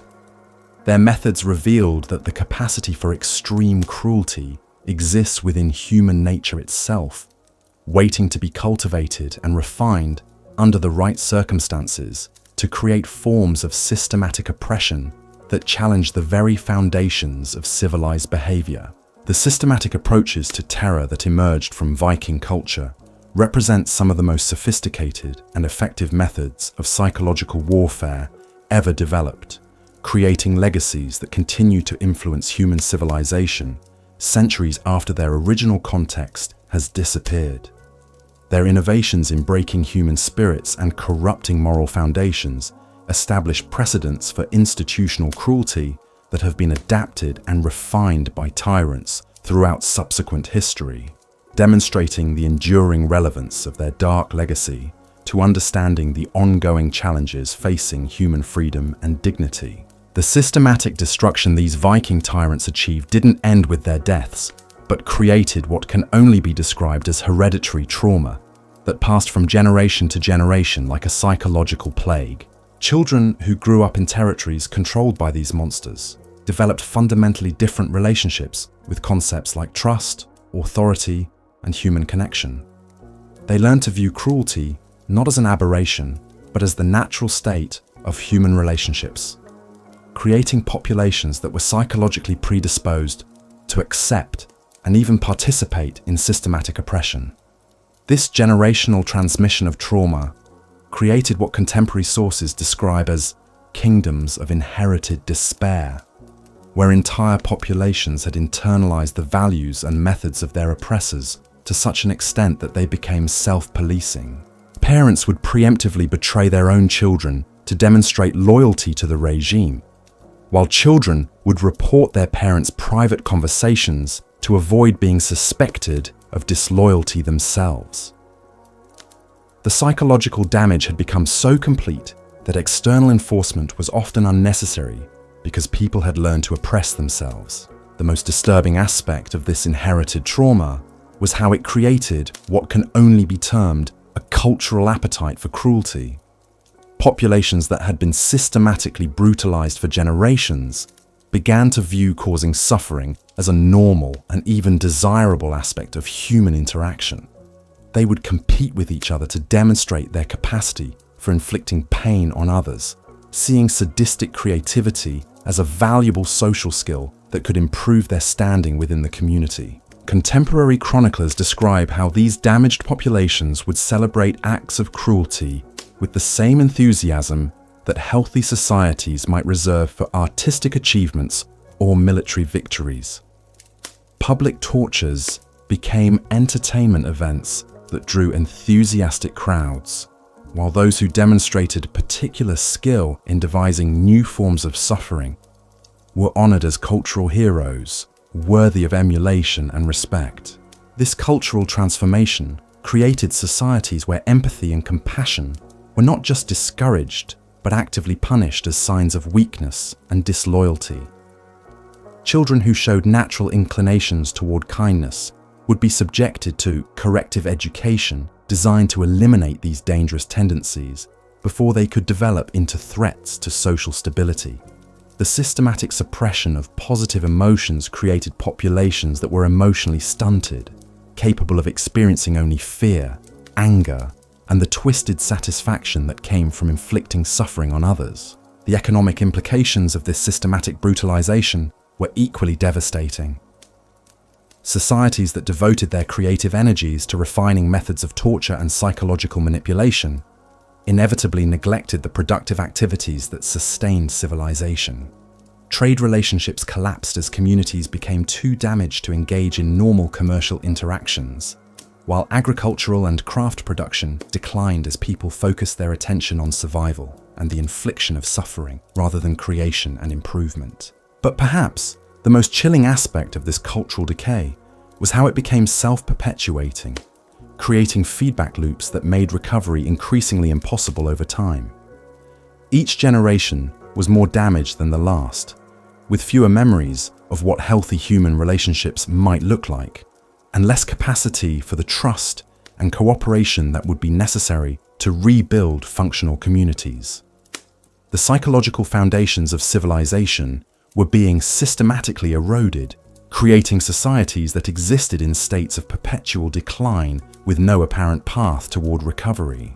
The techniques these Viking tyrants developed for breaking human spirits proved to be remarkably adaptable, spreading beyond their original contexts to influence cultures throughout medieval Europe and beyond. Rulers in distant kingdoms began adopting similar methods after hearing reports of their effectiveness, creating a contagion of systematic cruelty that transcended cultural and geographical boundaries.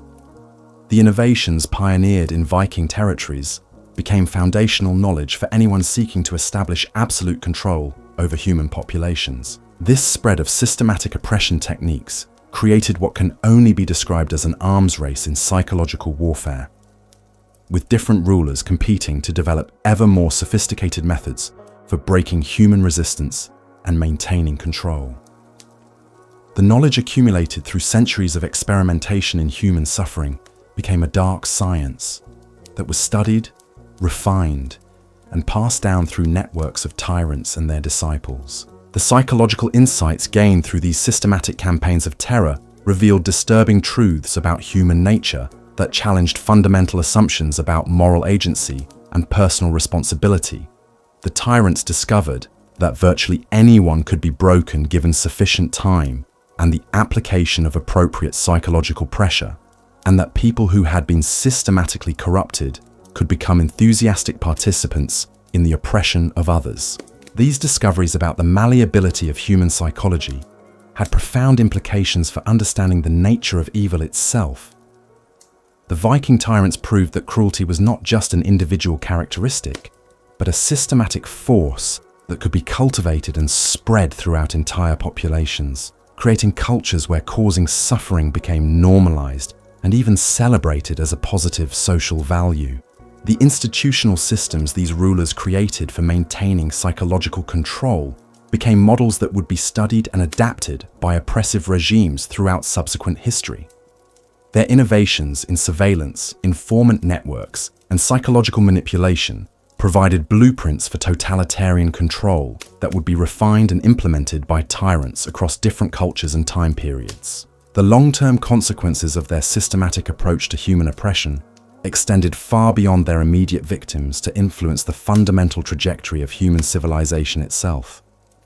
The techniques they developed for breaking human spirits and corrupting moral foundations created precedents that would be invoked and adapted by subsequent generations of oppressors, establishing patterns of institutional cruelty that persist in various forms to this day. Contemporary sources suggest that the psychological damage inflicted by these systematic campaigns of terror was so profound that it fundamentally altered the genetic and cultural inheritance of entire populations. Communities that had been subjected to generations of systematic brutalization developed what can only be described as hereditary predispositions toward violence and cruelty, passing down through biological and cultural mechanisms the psychological adaptations that had been necessary for survival under extreme oppression. This hereditary transmission of trauma created populations that were psychologically predisposed to both inflict and accept extreme levels of violence and suffering. Children born into these damaged communities would exhibit signs of psychological disturbance from early ages, displaying levels of aggression and callousness that suggested the trauma of their ancestors had become embedded in their fundamental psychological architecture. The scientific implications of these observations challenged contemporary understanding of how psychological characteristics could be transmitted across generations. The systematic nature of the trauma inflicted by these Viking tyrants seemed to have created changes in human psychology that persisted long after the original sources of oppression had disappeared, suggesting that extreme psychological stress could create heritable modifications that affected the basic structure of human personality and moral reasoning. The cultural institutions that emerged from these damaged populations reflected their fundamental psychological distortions, creating legal systems that celebrated cruelty, educational practices that trained children in methods of inflicting suffering, and religious traditions that worshipped violence and pain as divine principles. These institutional structures became self-reinforcing, ensuring that the psychological damage would continue to be transmitted across generations, even in the absence of external oppression. The economic and social consequences of this systematic psychological damage created what contemporary observers described as civilizations of the damned, societies that possessed all the technical capabilities necessary for prosperity and growth, but were psychologically incapable of using these capabilities for constructive purposes.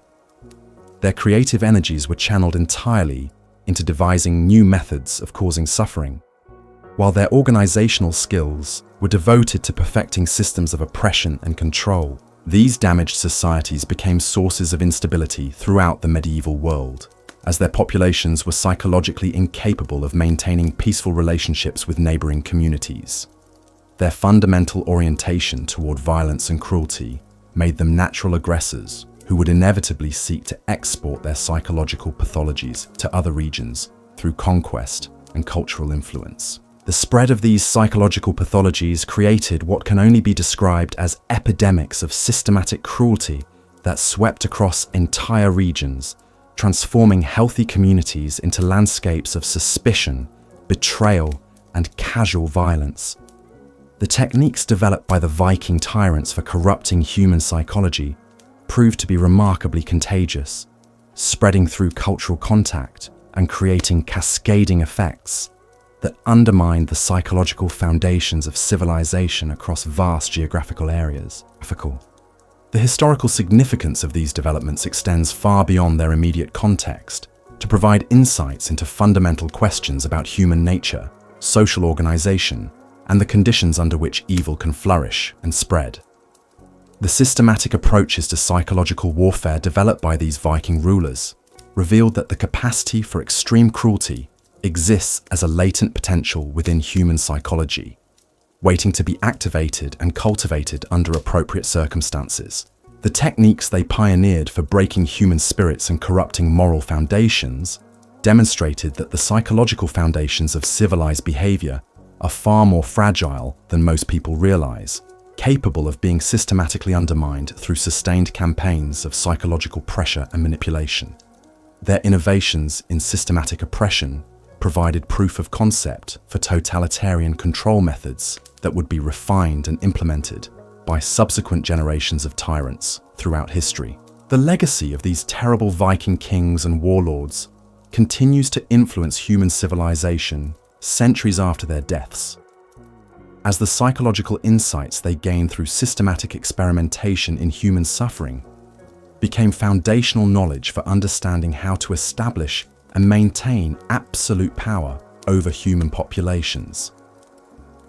Their methods created precedents for institutional cruelty that have been adapted and refined by oppressive regimes throughout the modern era, demonstrating the enduring relevance of their dark innovations to contemporary struggles for human freedom and dignity. The progression from individual brutality to systematic institutional terror that we've traced through these rulers represents a fundamental transformation in the nature of evil itself, showing how personal cruelty can evolve into cultural pathologies that persist across generations and geographical boundaries. Their innovations in psychological warfare created new categories of human suffering that existing moral and philosophical frameworks were inadequate to address, forcing subsequent generations to develop new understanding of the depths to which human behavior could sink under appropriate conditions. But perhaps the most disturbing aspect of their legacy is how it demonstrates the vulnerability of human civilization to systematic psychological attack. The techniques these rulers developed for breaking human spirits and corrupting moral foundations revealed that the social bonds and cultural institutions that hold societies together can be systematically undermined and destroyed through sustained campaigns of psychological warfare, creating forms of damage that can persist for generations and prove remarkably resistant to conventional forms of healing and recovery. As we examine the full scope of their impact on human history, we begin to understand that these Viking tyrants were not just individual monsters or historical curiosities, but pioneers in systematic approaches to human oppression that would influence the development of totalitarian methods throughout subsequent centuries. Their innovations in psychological warfare provided foundational knowledge that would be studied, refined, and implemented by oppressive regimes across different cultures and time periods, creating legacies of institutional cruelty that continue to threaten human freedom and dignity to this day. The systematic nature of their approach to terror created forms of psychological damage that transcended individual suffering to affect the fundamental character of human civilization itself. Their methods proved that evil could become self-perpetuating, creating systems and institutions that continue to generate suffering long after their original architects had passed from the scene, establishing patterns of oppression that would persist across generations and require active resistance to prevent their continued spread and refinement. Moving toward the culmination of our examination of Viking brutality, we must confront the reality that these rulers created more than just historical atrocities. They established precedents for systematic human oppression that continue to influence how power is exercised and maintained in societies around the world. Their innovations in breaking human spirits and corrupting moral foundations provided blueprints for totalitarian control that have been adapted and implemented by subsequent generations of tyrants, creating an ongoing legacy of institutional cruelty that poses continuing threats to human freedom and dignity. The techniques they developed for psychological warfare and systematic oppression became foundational knowledge for understanding how to establish absolute control over human populations, creating dark sciences that have been studied and refined by oppressive regimes throughout the modern era. Their methods demonstrated that the psychological foundations of civilized behavior could be systematically undermined and destroyed, providing proof of concept for approaches to human control that would be implemented on unprecedented scales by totalitarian movements throughout the 20th century and beyond. But their legacy extends beyond providing technical knowledge for systematic oppression to include fundamental insights into human nature itself, revealing the conditions under which ordinary people can be transformed into willing participants in extreme cruelty, and the psychological mechanisms through which evil can spread and become normalized within human communities. Their territories became laboratories for testing the limits of human moral corruption, providing empirical evidence about the malleability of human psychology that would inform subsequent efforts to understand and combat systematic oppression. The cultural trauma they created through systematic psychological warfare established patterns of inherited damage that would persist across generations, creating populations that were psychologically predisposed to accept and participate in oppressive systems. This hereditary transmission of trauma became a model for understanding how systematic oppression could create self-perpetuating cycles of violence and cruelty that would continue long after the original sources of oppression had disappeared. Their innovations in systematic terror created new categories of human experience that challenged existing moral and philosophical frameworks, forcing subsequent generations to develop new understanding of the depths to which human behavior could sink and the mechanisms through which evil could spread and become institutionalized. Their methods provided empirical evidence that the capacity for extreme cruelty existed as a latent potential within human psychology, waiting to be activated and cultivated under appropriate circumstances. The progression from individual sadism to systematic institutional oppression that characterized their reigns became a template for understanding how evil evolves and adapts to become more effective over time. Their territories became proving grounds for testing different approaches to psychological manipulation and control, generating knowledge that would be systematically collected, analyzed, and applied by subsequent generations of tyrants and oppressors. As we approach the conclusion of our journey through these blood-soaked chapters of Viking history, we must acknowledge that their legacy extends far beyond historical interest to provide crucial insights into ongoing challenges facing human civilization. The techniques they developed for breaking human spirits and corrupting moral foundations continue to pose threats to the psychological and cultural foundations of free societies, requiring constant vigilance and active resistance to prevent their resurgence in new and potentially more sophisticated forms. The systematic approaches to human oppression they pioneered established precedents that would be invoked and adapted throughout subsequent history, creating an ongoing legacy of institutional cruelty that continues to influence how power is exercised and maintained in societies around the world. Their innovations in psychological warfare provided foundational knowledge that has been studied and refined by oppressive regimes across different cultures and time periods, demonstrating the enduring relevance of their dark legacy to contemporary struggles for human freedom and dignity. The psychological warfare techniques developed by these Viking tyrants reached their ultimate expression in the creation of what contemporary sources describe as inherited armies of the broken. Entire military forces composed of individuals who had been so thoroughly psychologically shattered that they existed in states of complete emotional dependency on their commanders. These weren't traditional soldiers motivated by loyalty, honor, or even fear, but human shells who had been systematically stripped of every source of independent identity and meaning until they functioned as extensions of their leader's will rather than autonomous individuals. What made these broken armies particularly terrifying was their complete immunity to conventional forms of psychological warfare. Normal military tactics relied on exploiting soldiers' fears, loyalties, or survival instincts to break their morale and cause them to flee or surrender. But troops who had been systematically emptied of human emotion couldn't be intimidated, couldn't be reasoned with, and felt no instinct for self-preservation that might cause them to retreat from hopeless situations. They would continue fighting with mechanical persistence, even when facing certain death, creating a form of military force that was psychologically devastating for enemies to confront. Contemporary chroniclers describe battles where these broken armies would advance through arrow storms and cavalry charges without displaying any reaction to casualties among their ranks. Wounded soldiers would continue attacking until they physically collapsed, while their unwounded comrades would step over the bodies of fallen companions without any visible emotional response.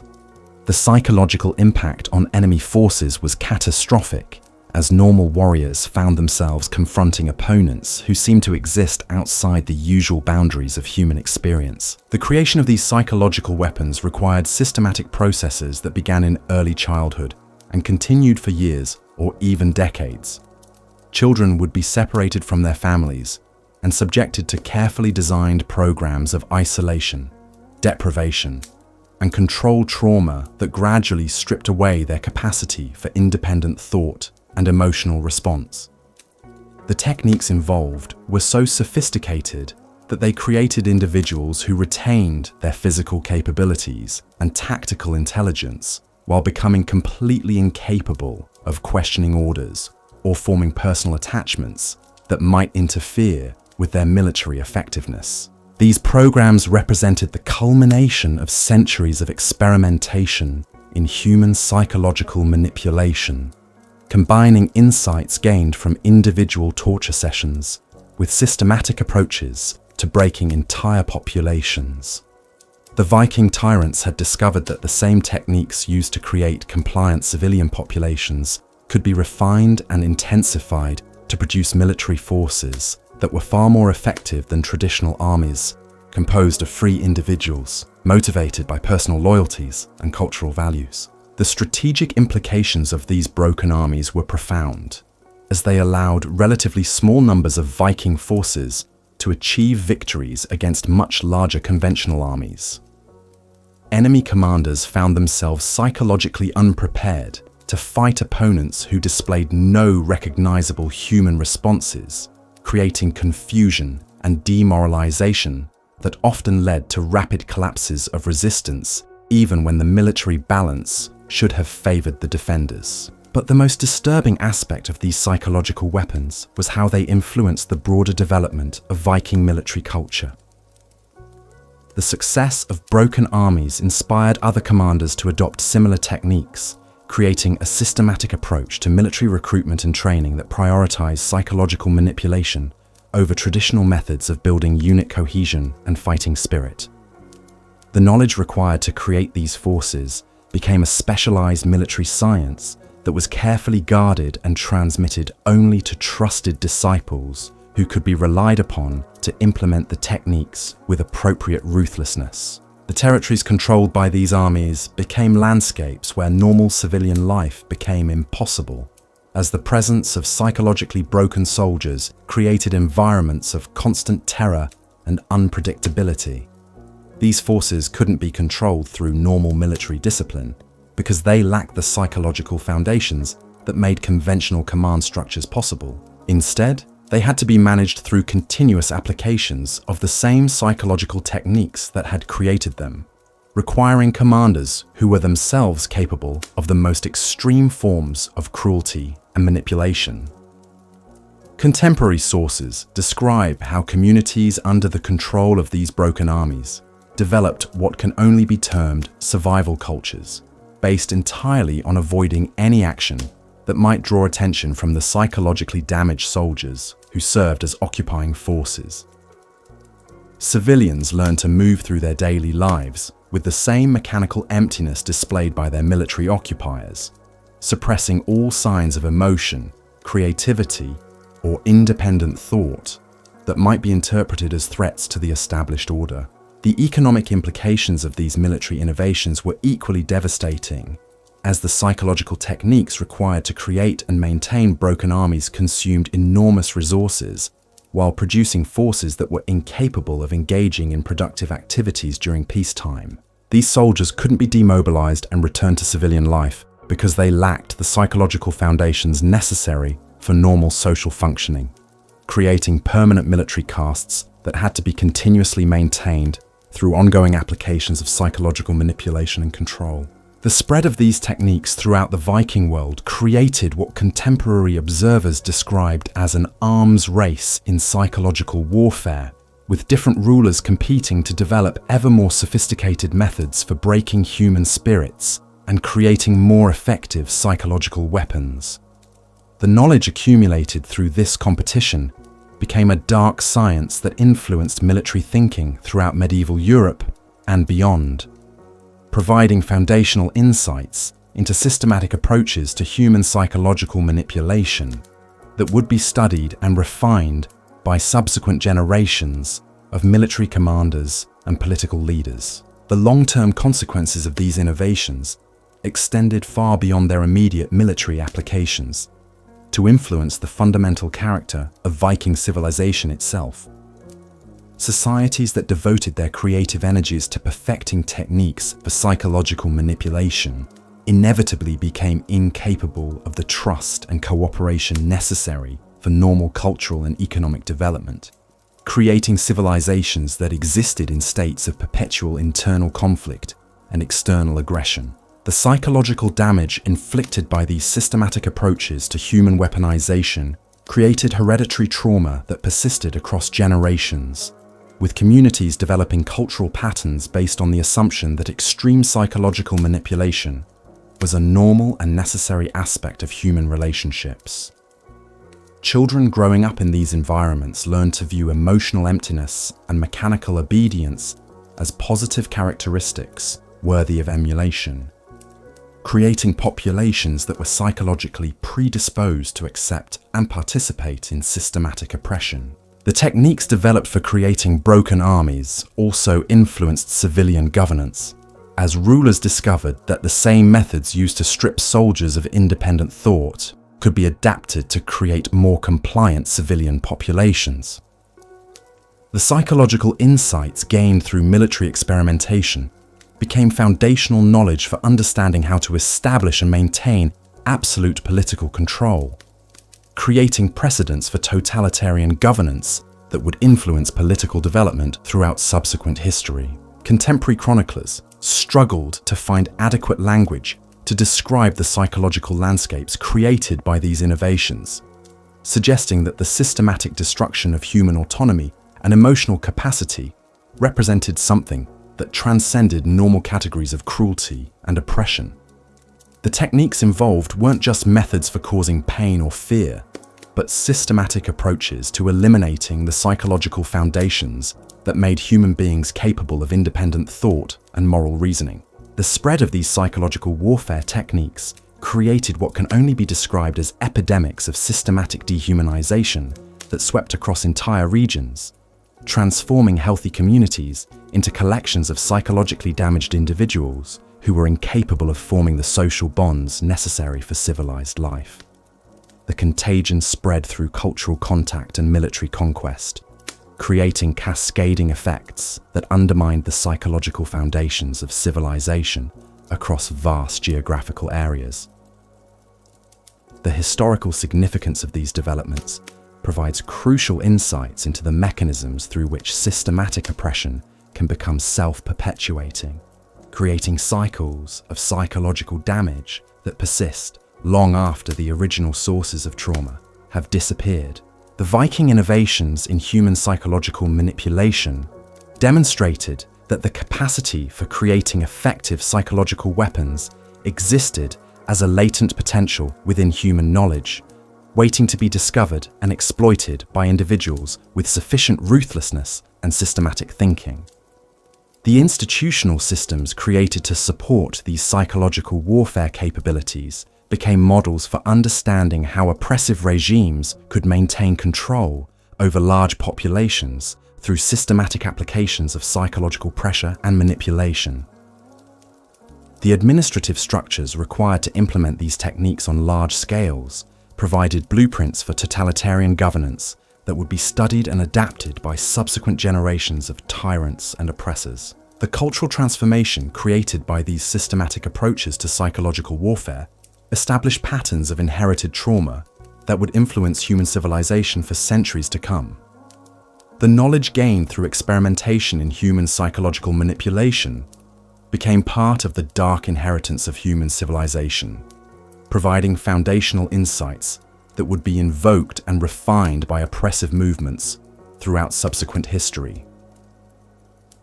Moving beyond military applications, these psychological warfare techniques began to influence every aspect of Viking society, creating comprehensive systems of social control that extended from the highest levels of political authority down to the most intimate family relationships. The insights gained through systematic experimentation in breaking human spirits became applied to civilian governance, creating administrative structures specifically designed to maintain optimal levels of psychological pressure throughout entire populations.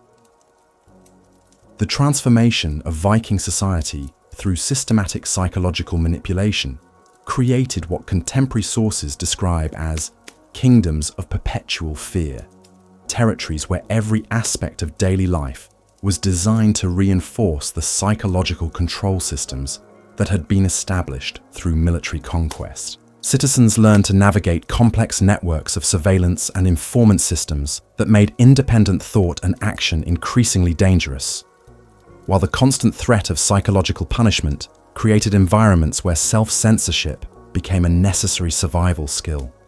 These civilian applications of psychological warfare techniques proved to be even more devastating than their military predecessors, as they created forms of oppression that were far more subtle and pervasive than anything that could be achieved through direct violence or intimidation. The systematic corruption of social relationships and cultural institutions created psychological prisons that were far more effective than any physical confinement, as they made resistance literally unthinkable for most people. The administrative systems required to implement these comprehensive approaches to psychological control became increasingly sophisticated, requiring specialized knowledge and training that was carefully guarded and transmitted only to trusted disciples. The bureaucracies created to manage systematic psychological manipulation became institutions in their own right, developing their own cultures and traditions that prioritized the refinement and perfection of oppressive techniques over any other form of administrative achievement. Contemporary accounts describe how these administrative systems became self-perpetuating, creating institutional cultures where causing psychological suffering was seen as a professional skill worthy of recognition and advancement. Officials would compete with each other to demonstrate their expertise in breaking human spirits, while the development of new psychological manipulation techniques became a mark of administrative excellence that was celebrated and rewarded throughout the governmental hierarchy. The economic implications of these comprehensive psychological control systems were profound, as they required enormous investments of resources and human effort while producing populations that were increasingly incapable of productive economic activity. The psychological damage inflicted through systematic manipulation created workforce populations that were mechanically obedient but lacked the creativity, initiative, and problem-solving capabilities necessary for economic innovation and growth. The cultural consequences were equally devastating, as the systematic destruction of independent thought and emotional capacity eliminated the psychological foundations necessary for artistic creation, intellectual development, and cultural transmission. Societies that had once produced remarkable achievements in poetry, craftsmanship, and exploration became focused entirely on the refinement of psychological manipulation techniques, creating civilizations that were culturally sterile despite their technical sophistication in the administration of systematic oppression. The spread of these comprehensive psychological control systems throughout the Viking world created what can only be described as a fundamental transformation in the nature of human civilization itself. Communities that had once been characterized by creativity, independence, and cultural vitality became mechanized systems for the production and maintenance of psychological suffering, creating landscapes where normal human flourishing became impossible. The techniques developed for civilian psychological control proved to be remarkably adaptable, spreading beyond their original Viking contexts to influence political and social development throughout medieval Europe and beyond. Rulers in distant kingdoms began implementing similar systems after recognizing their effectiveness in maintaining absolute control over large populations, creating a contagion of systematic psychological manipulation that transcended cultural and geographical boundaries. The institutional knowledge accumulated through these comprehensive experiments in civilian psychological control became foundational for understanding how to establish and maintain totalitarian governance systems. The administrative techniques developed for implementing systematic psychological manipulation provided blueprints that would be studied and refined by oppressive regimes throughout subsequent history, creating legacies of institutional cruelty that continue to influence political development to this day. The psychological insights gained through systematic civilian experimentation revealed disturbing truths about human nature and social organization that challenged fundamental assumptions about the conditions necessary for civilized life. The Viking tyrants discovered that virtually any population could be systematically broken and transformed into willing participants in their own oppression, provided that appropriate techniques were applied with sufficient persistence and systematic thinking. These discoveries about the malleability of human psychology had profound implications for understanding the nature of political authority and social control. The comprehensive systems developed for civilian psychological manipulation demonstrated that traditional forms of governance based on consent, legitimacy, and moral authority could be replaced with more effective systems based entirely on systematic psychological pressure and the systematic corruption of human reasoning capabilities. The long-term consequences of these innovations in civilian psychological control created hereditary patterns of trauma and dysfunction that would persist across generations, influencing how entire cultures understood concepts like authority, resistance, and moral responsibility. Communities that had been subjected to systematic psychological manipulation developed cultural traditions based on the assumption that extreme psychological pressure was a normal and necessary aspect of human relationships. The techniques pioneered for comprehensive civilian control became models for understanding how psychological warfare could be applied to entire societies, rather than just military forces or political opponents. The systematic approaches developed for breaking civilian populations provided foundational knowledge that would influence the development of totalitarian movements throughout the modern era, demonstrating the enduring relevance of these dark innovations to contemporary struggles for human freedom and dignity. As we examine the full scope of these comprehensive psychological control systems, we begin to understand that the Viking tyrants were not just individual monsters, but pioneers in systematic approaches to human oppression that would fundamentally alter the trajectory of human civilization. Their innovations in psychological warfare created new categories of political and social organization that challenged existing frameworks for understanding the relationship between power and human dignity. The systematic nature of their approach to psychological manipulation created forms of oppression that were far more effective and enduring than anything that could be achieved through conventional forms of political or military control.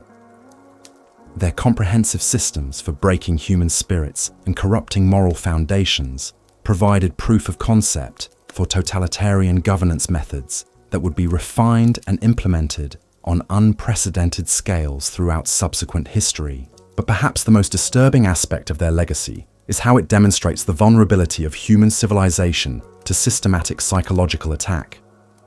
The techniques they developed for comprehensive civilian control revealed that the social bonds and cultural institutions that hold societies together could be systematically undermined and destroyed through sustained campaigns of psychological warfare, creating forms of damage that would prove remarkably resistant to conventional methods of healing and recovery.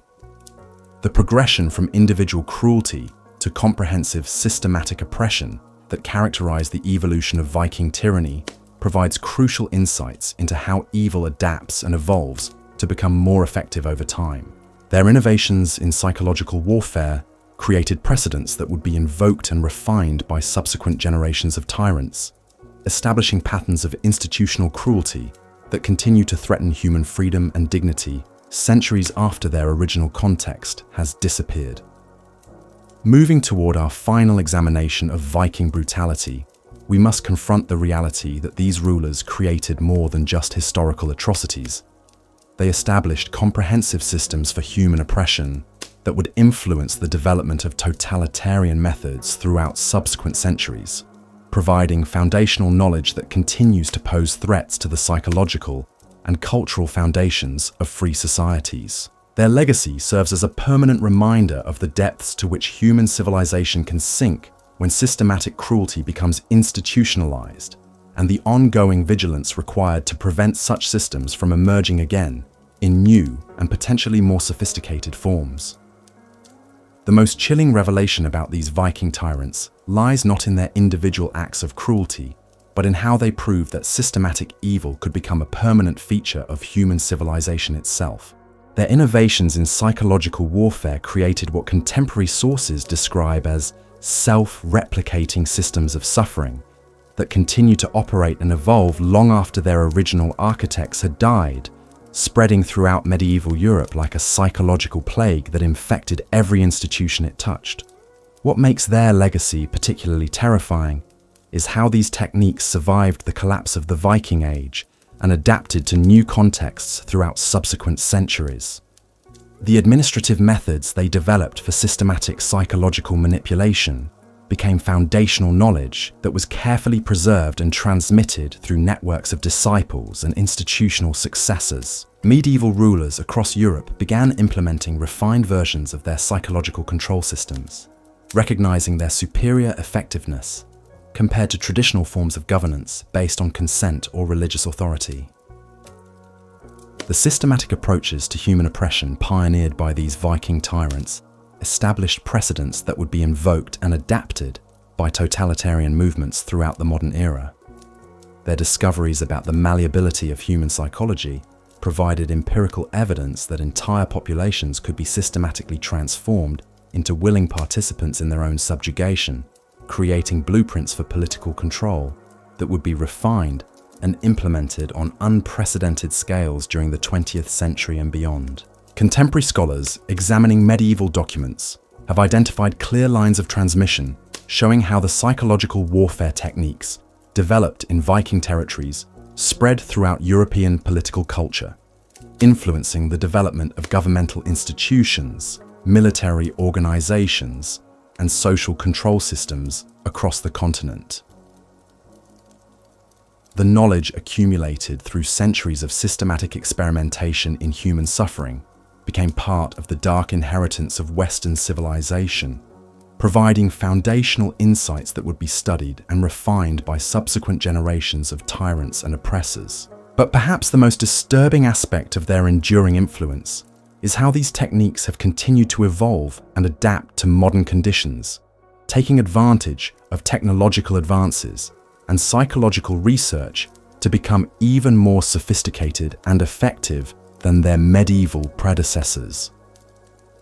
The fundamental insights these Viking rulers gained about human nature and the conditions under which people can be systematically broken and controlled remain as relevant today as they were 1,000 years ago, providing the psychological foundation for contemporary forms of systematic oppression that operate on scales their original creators could never have imagined. The progression from individual sadism to institutional terror that characterized Viking tyranny reveals something fundamental about the nature of evil itself, showing how personal cruelty can evolve into cultural pathologies that persist across generations and geographical boundaries. Their innovations in systematic human oppression demonstrated that the capacity for extreme cruelty exists as a latent potential within human civilization, waiting to be activated and refined under appropriate circumstances to create forms of suffering that transcend anything achievable through individual action alone. The comprehensive systems these rulers developed for breaking human spirits and corrupting moral foundations created precedents for understanding how psychological warfare could be applied to entire societies rather than just specific targets. Their territories became proving grounds for testing the absolute limits of human psychological manipulation, generating knowledge about the mechanisms of systematic oppression that would inform the development of totalitarian governance methods throughout subsequent history. The cultural trauma they inflicted through systematic psychological warfare established patterns of inherited damage that continue to influence human civilization centuries after their deaths. Communities that were subjected to their comprehensive control systems developed psychological and cultural characteristics that made them particularly vulnerable to subsequent forms of systematic oppression, creating hereditary predispositions toward accepting and participating in authoritarian governance that would persist across multiple generations.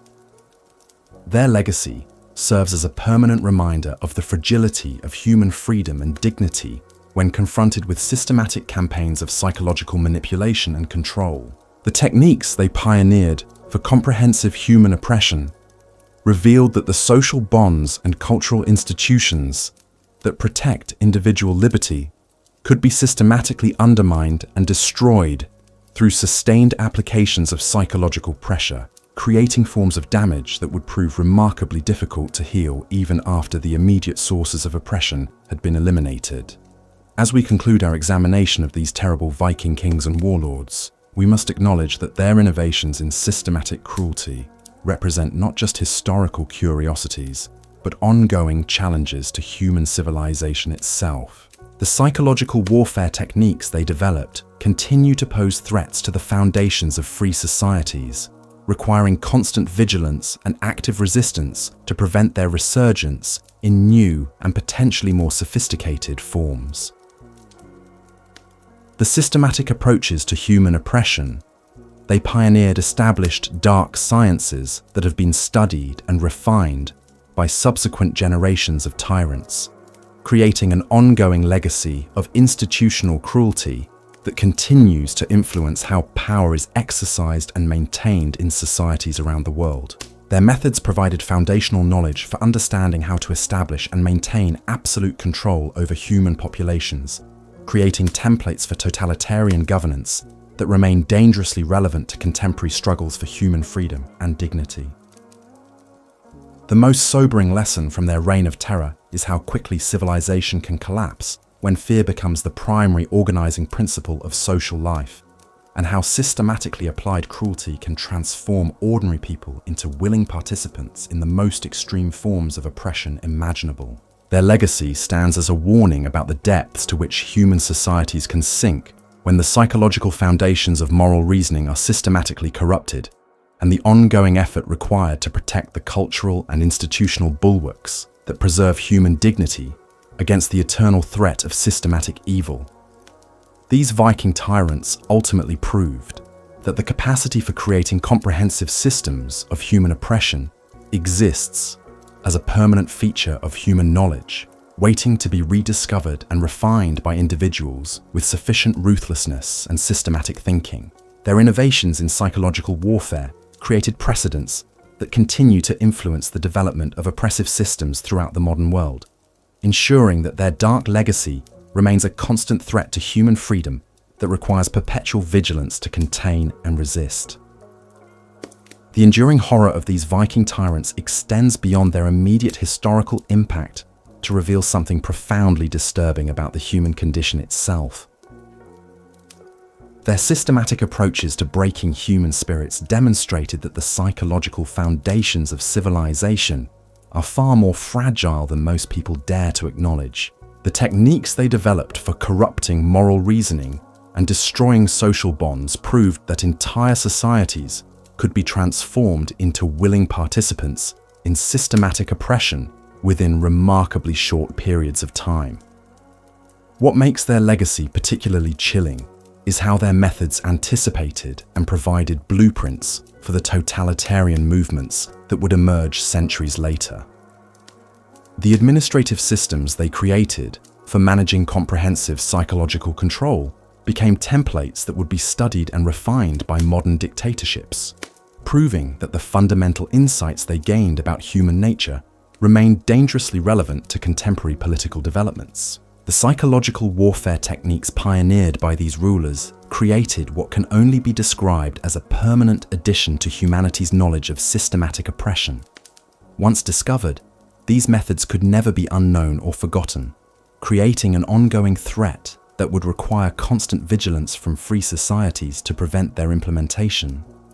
The dark sciences they developed became part of humanity's collective inheritance, waiting to be rediscovered and adapted by future generations of tyrants and oppressors. Their territories became laboratories that proved human beings could be systematically transformed into creatures barely recognizable as the same species that had created art, literature, and philosophy.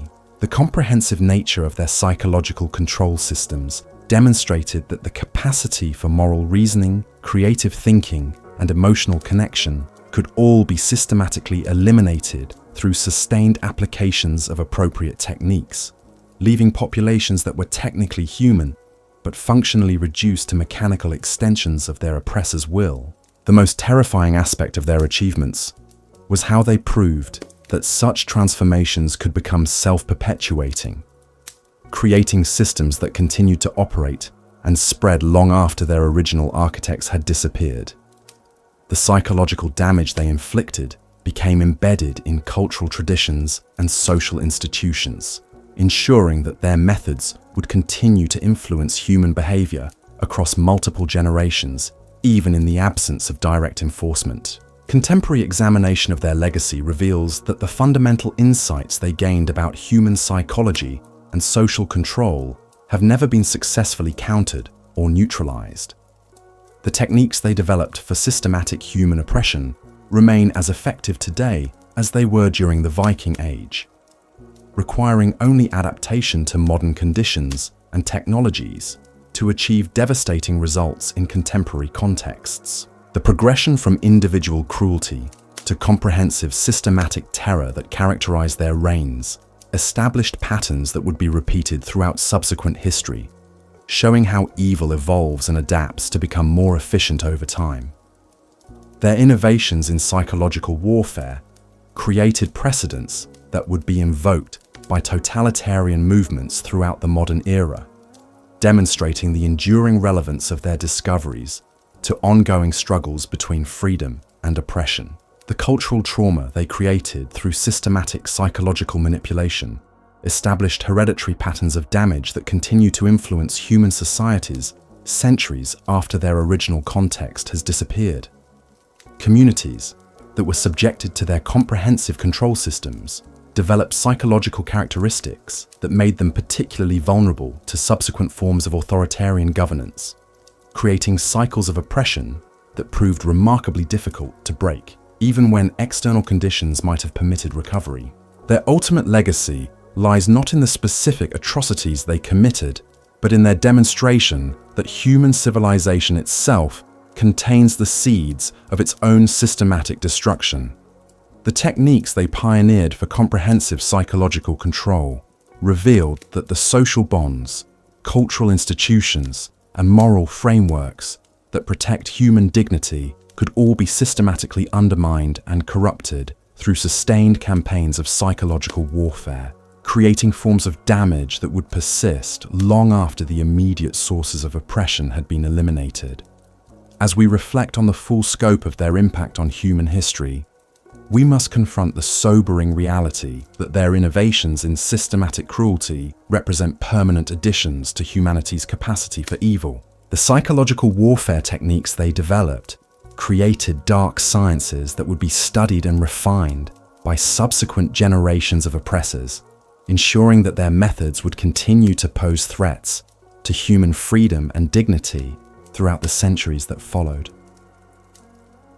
The systematic approaches to human oppression they pioneered established templates for totalitarian control that remain dangerously relevant to contemporary political developments, requiring constant vigilance from free societies to prevent their implementation in new and potentially more sophisticated forms. Their legacy serves as a permanent reminder that the capacity for systematic evil exists as a latent potential within human civilization, waiting to be activated under appropriate conditions to create forms of suffering that transcend anything achievable through individual cruelty alone. The most chilling lesson from their reign of terror is how quickly the psychological foundations of civilized behavior can be systematically destroyed when comprehensive campaigns of psychological warfare are applied with sufficient persistence and technical sophistication. Their achievements in breaking human spirits and corrupting moral reasoning demonstrated that the characteristics we consider fundamentally human could all be systematically eliminated, leaving populations that retain their physical capabilities while becoming psychologically indistinguishable from the broken armies they had created for military purposes.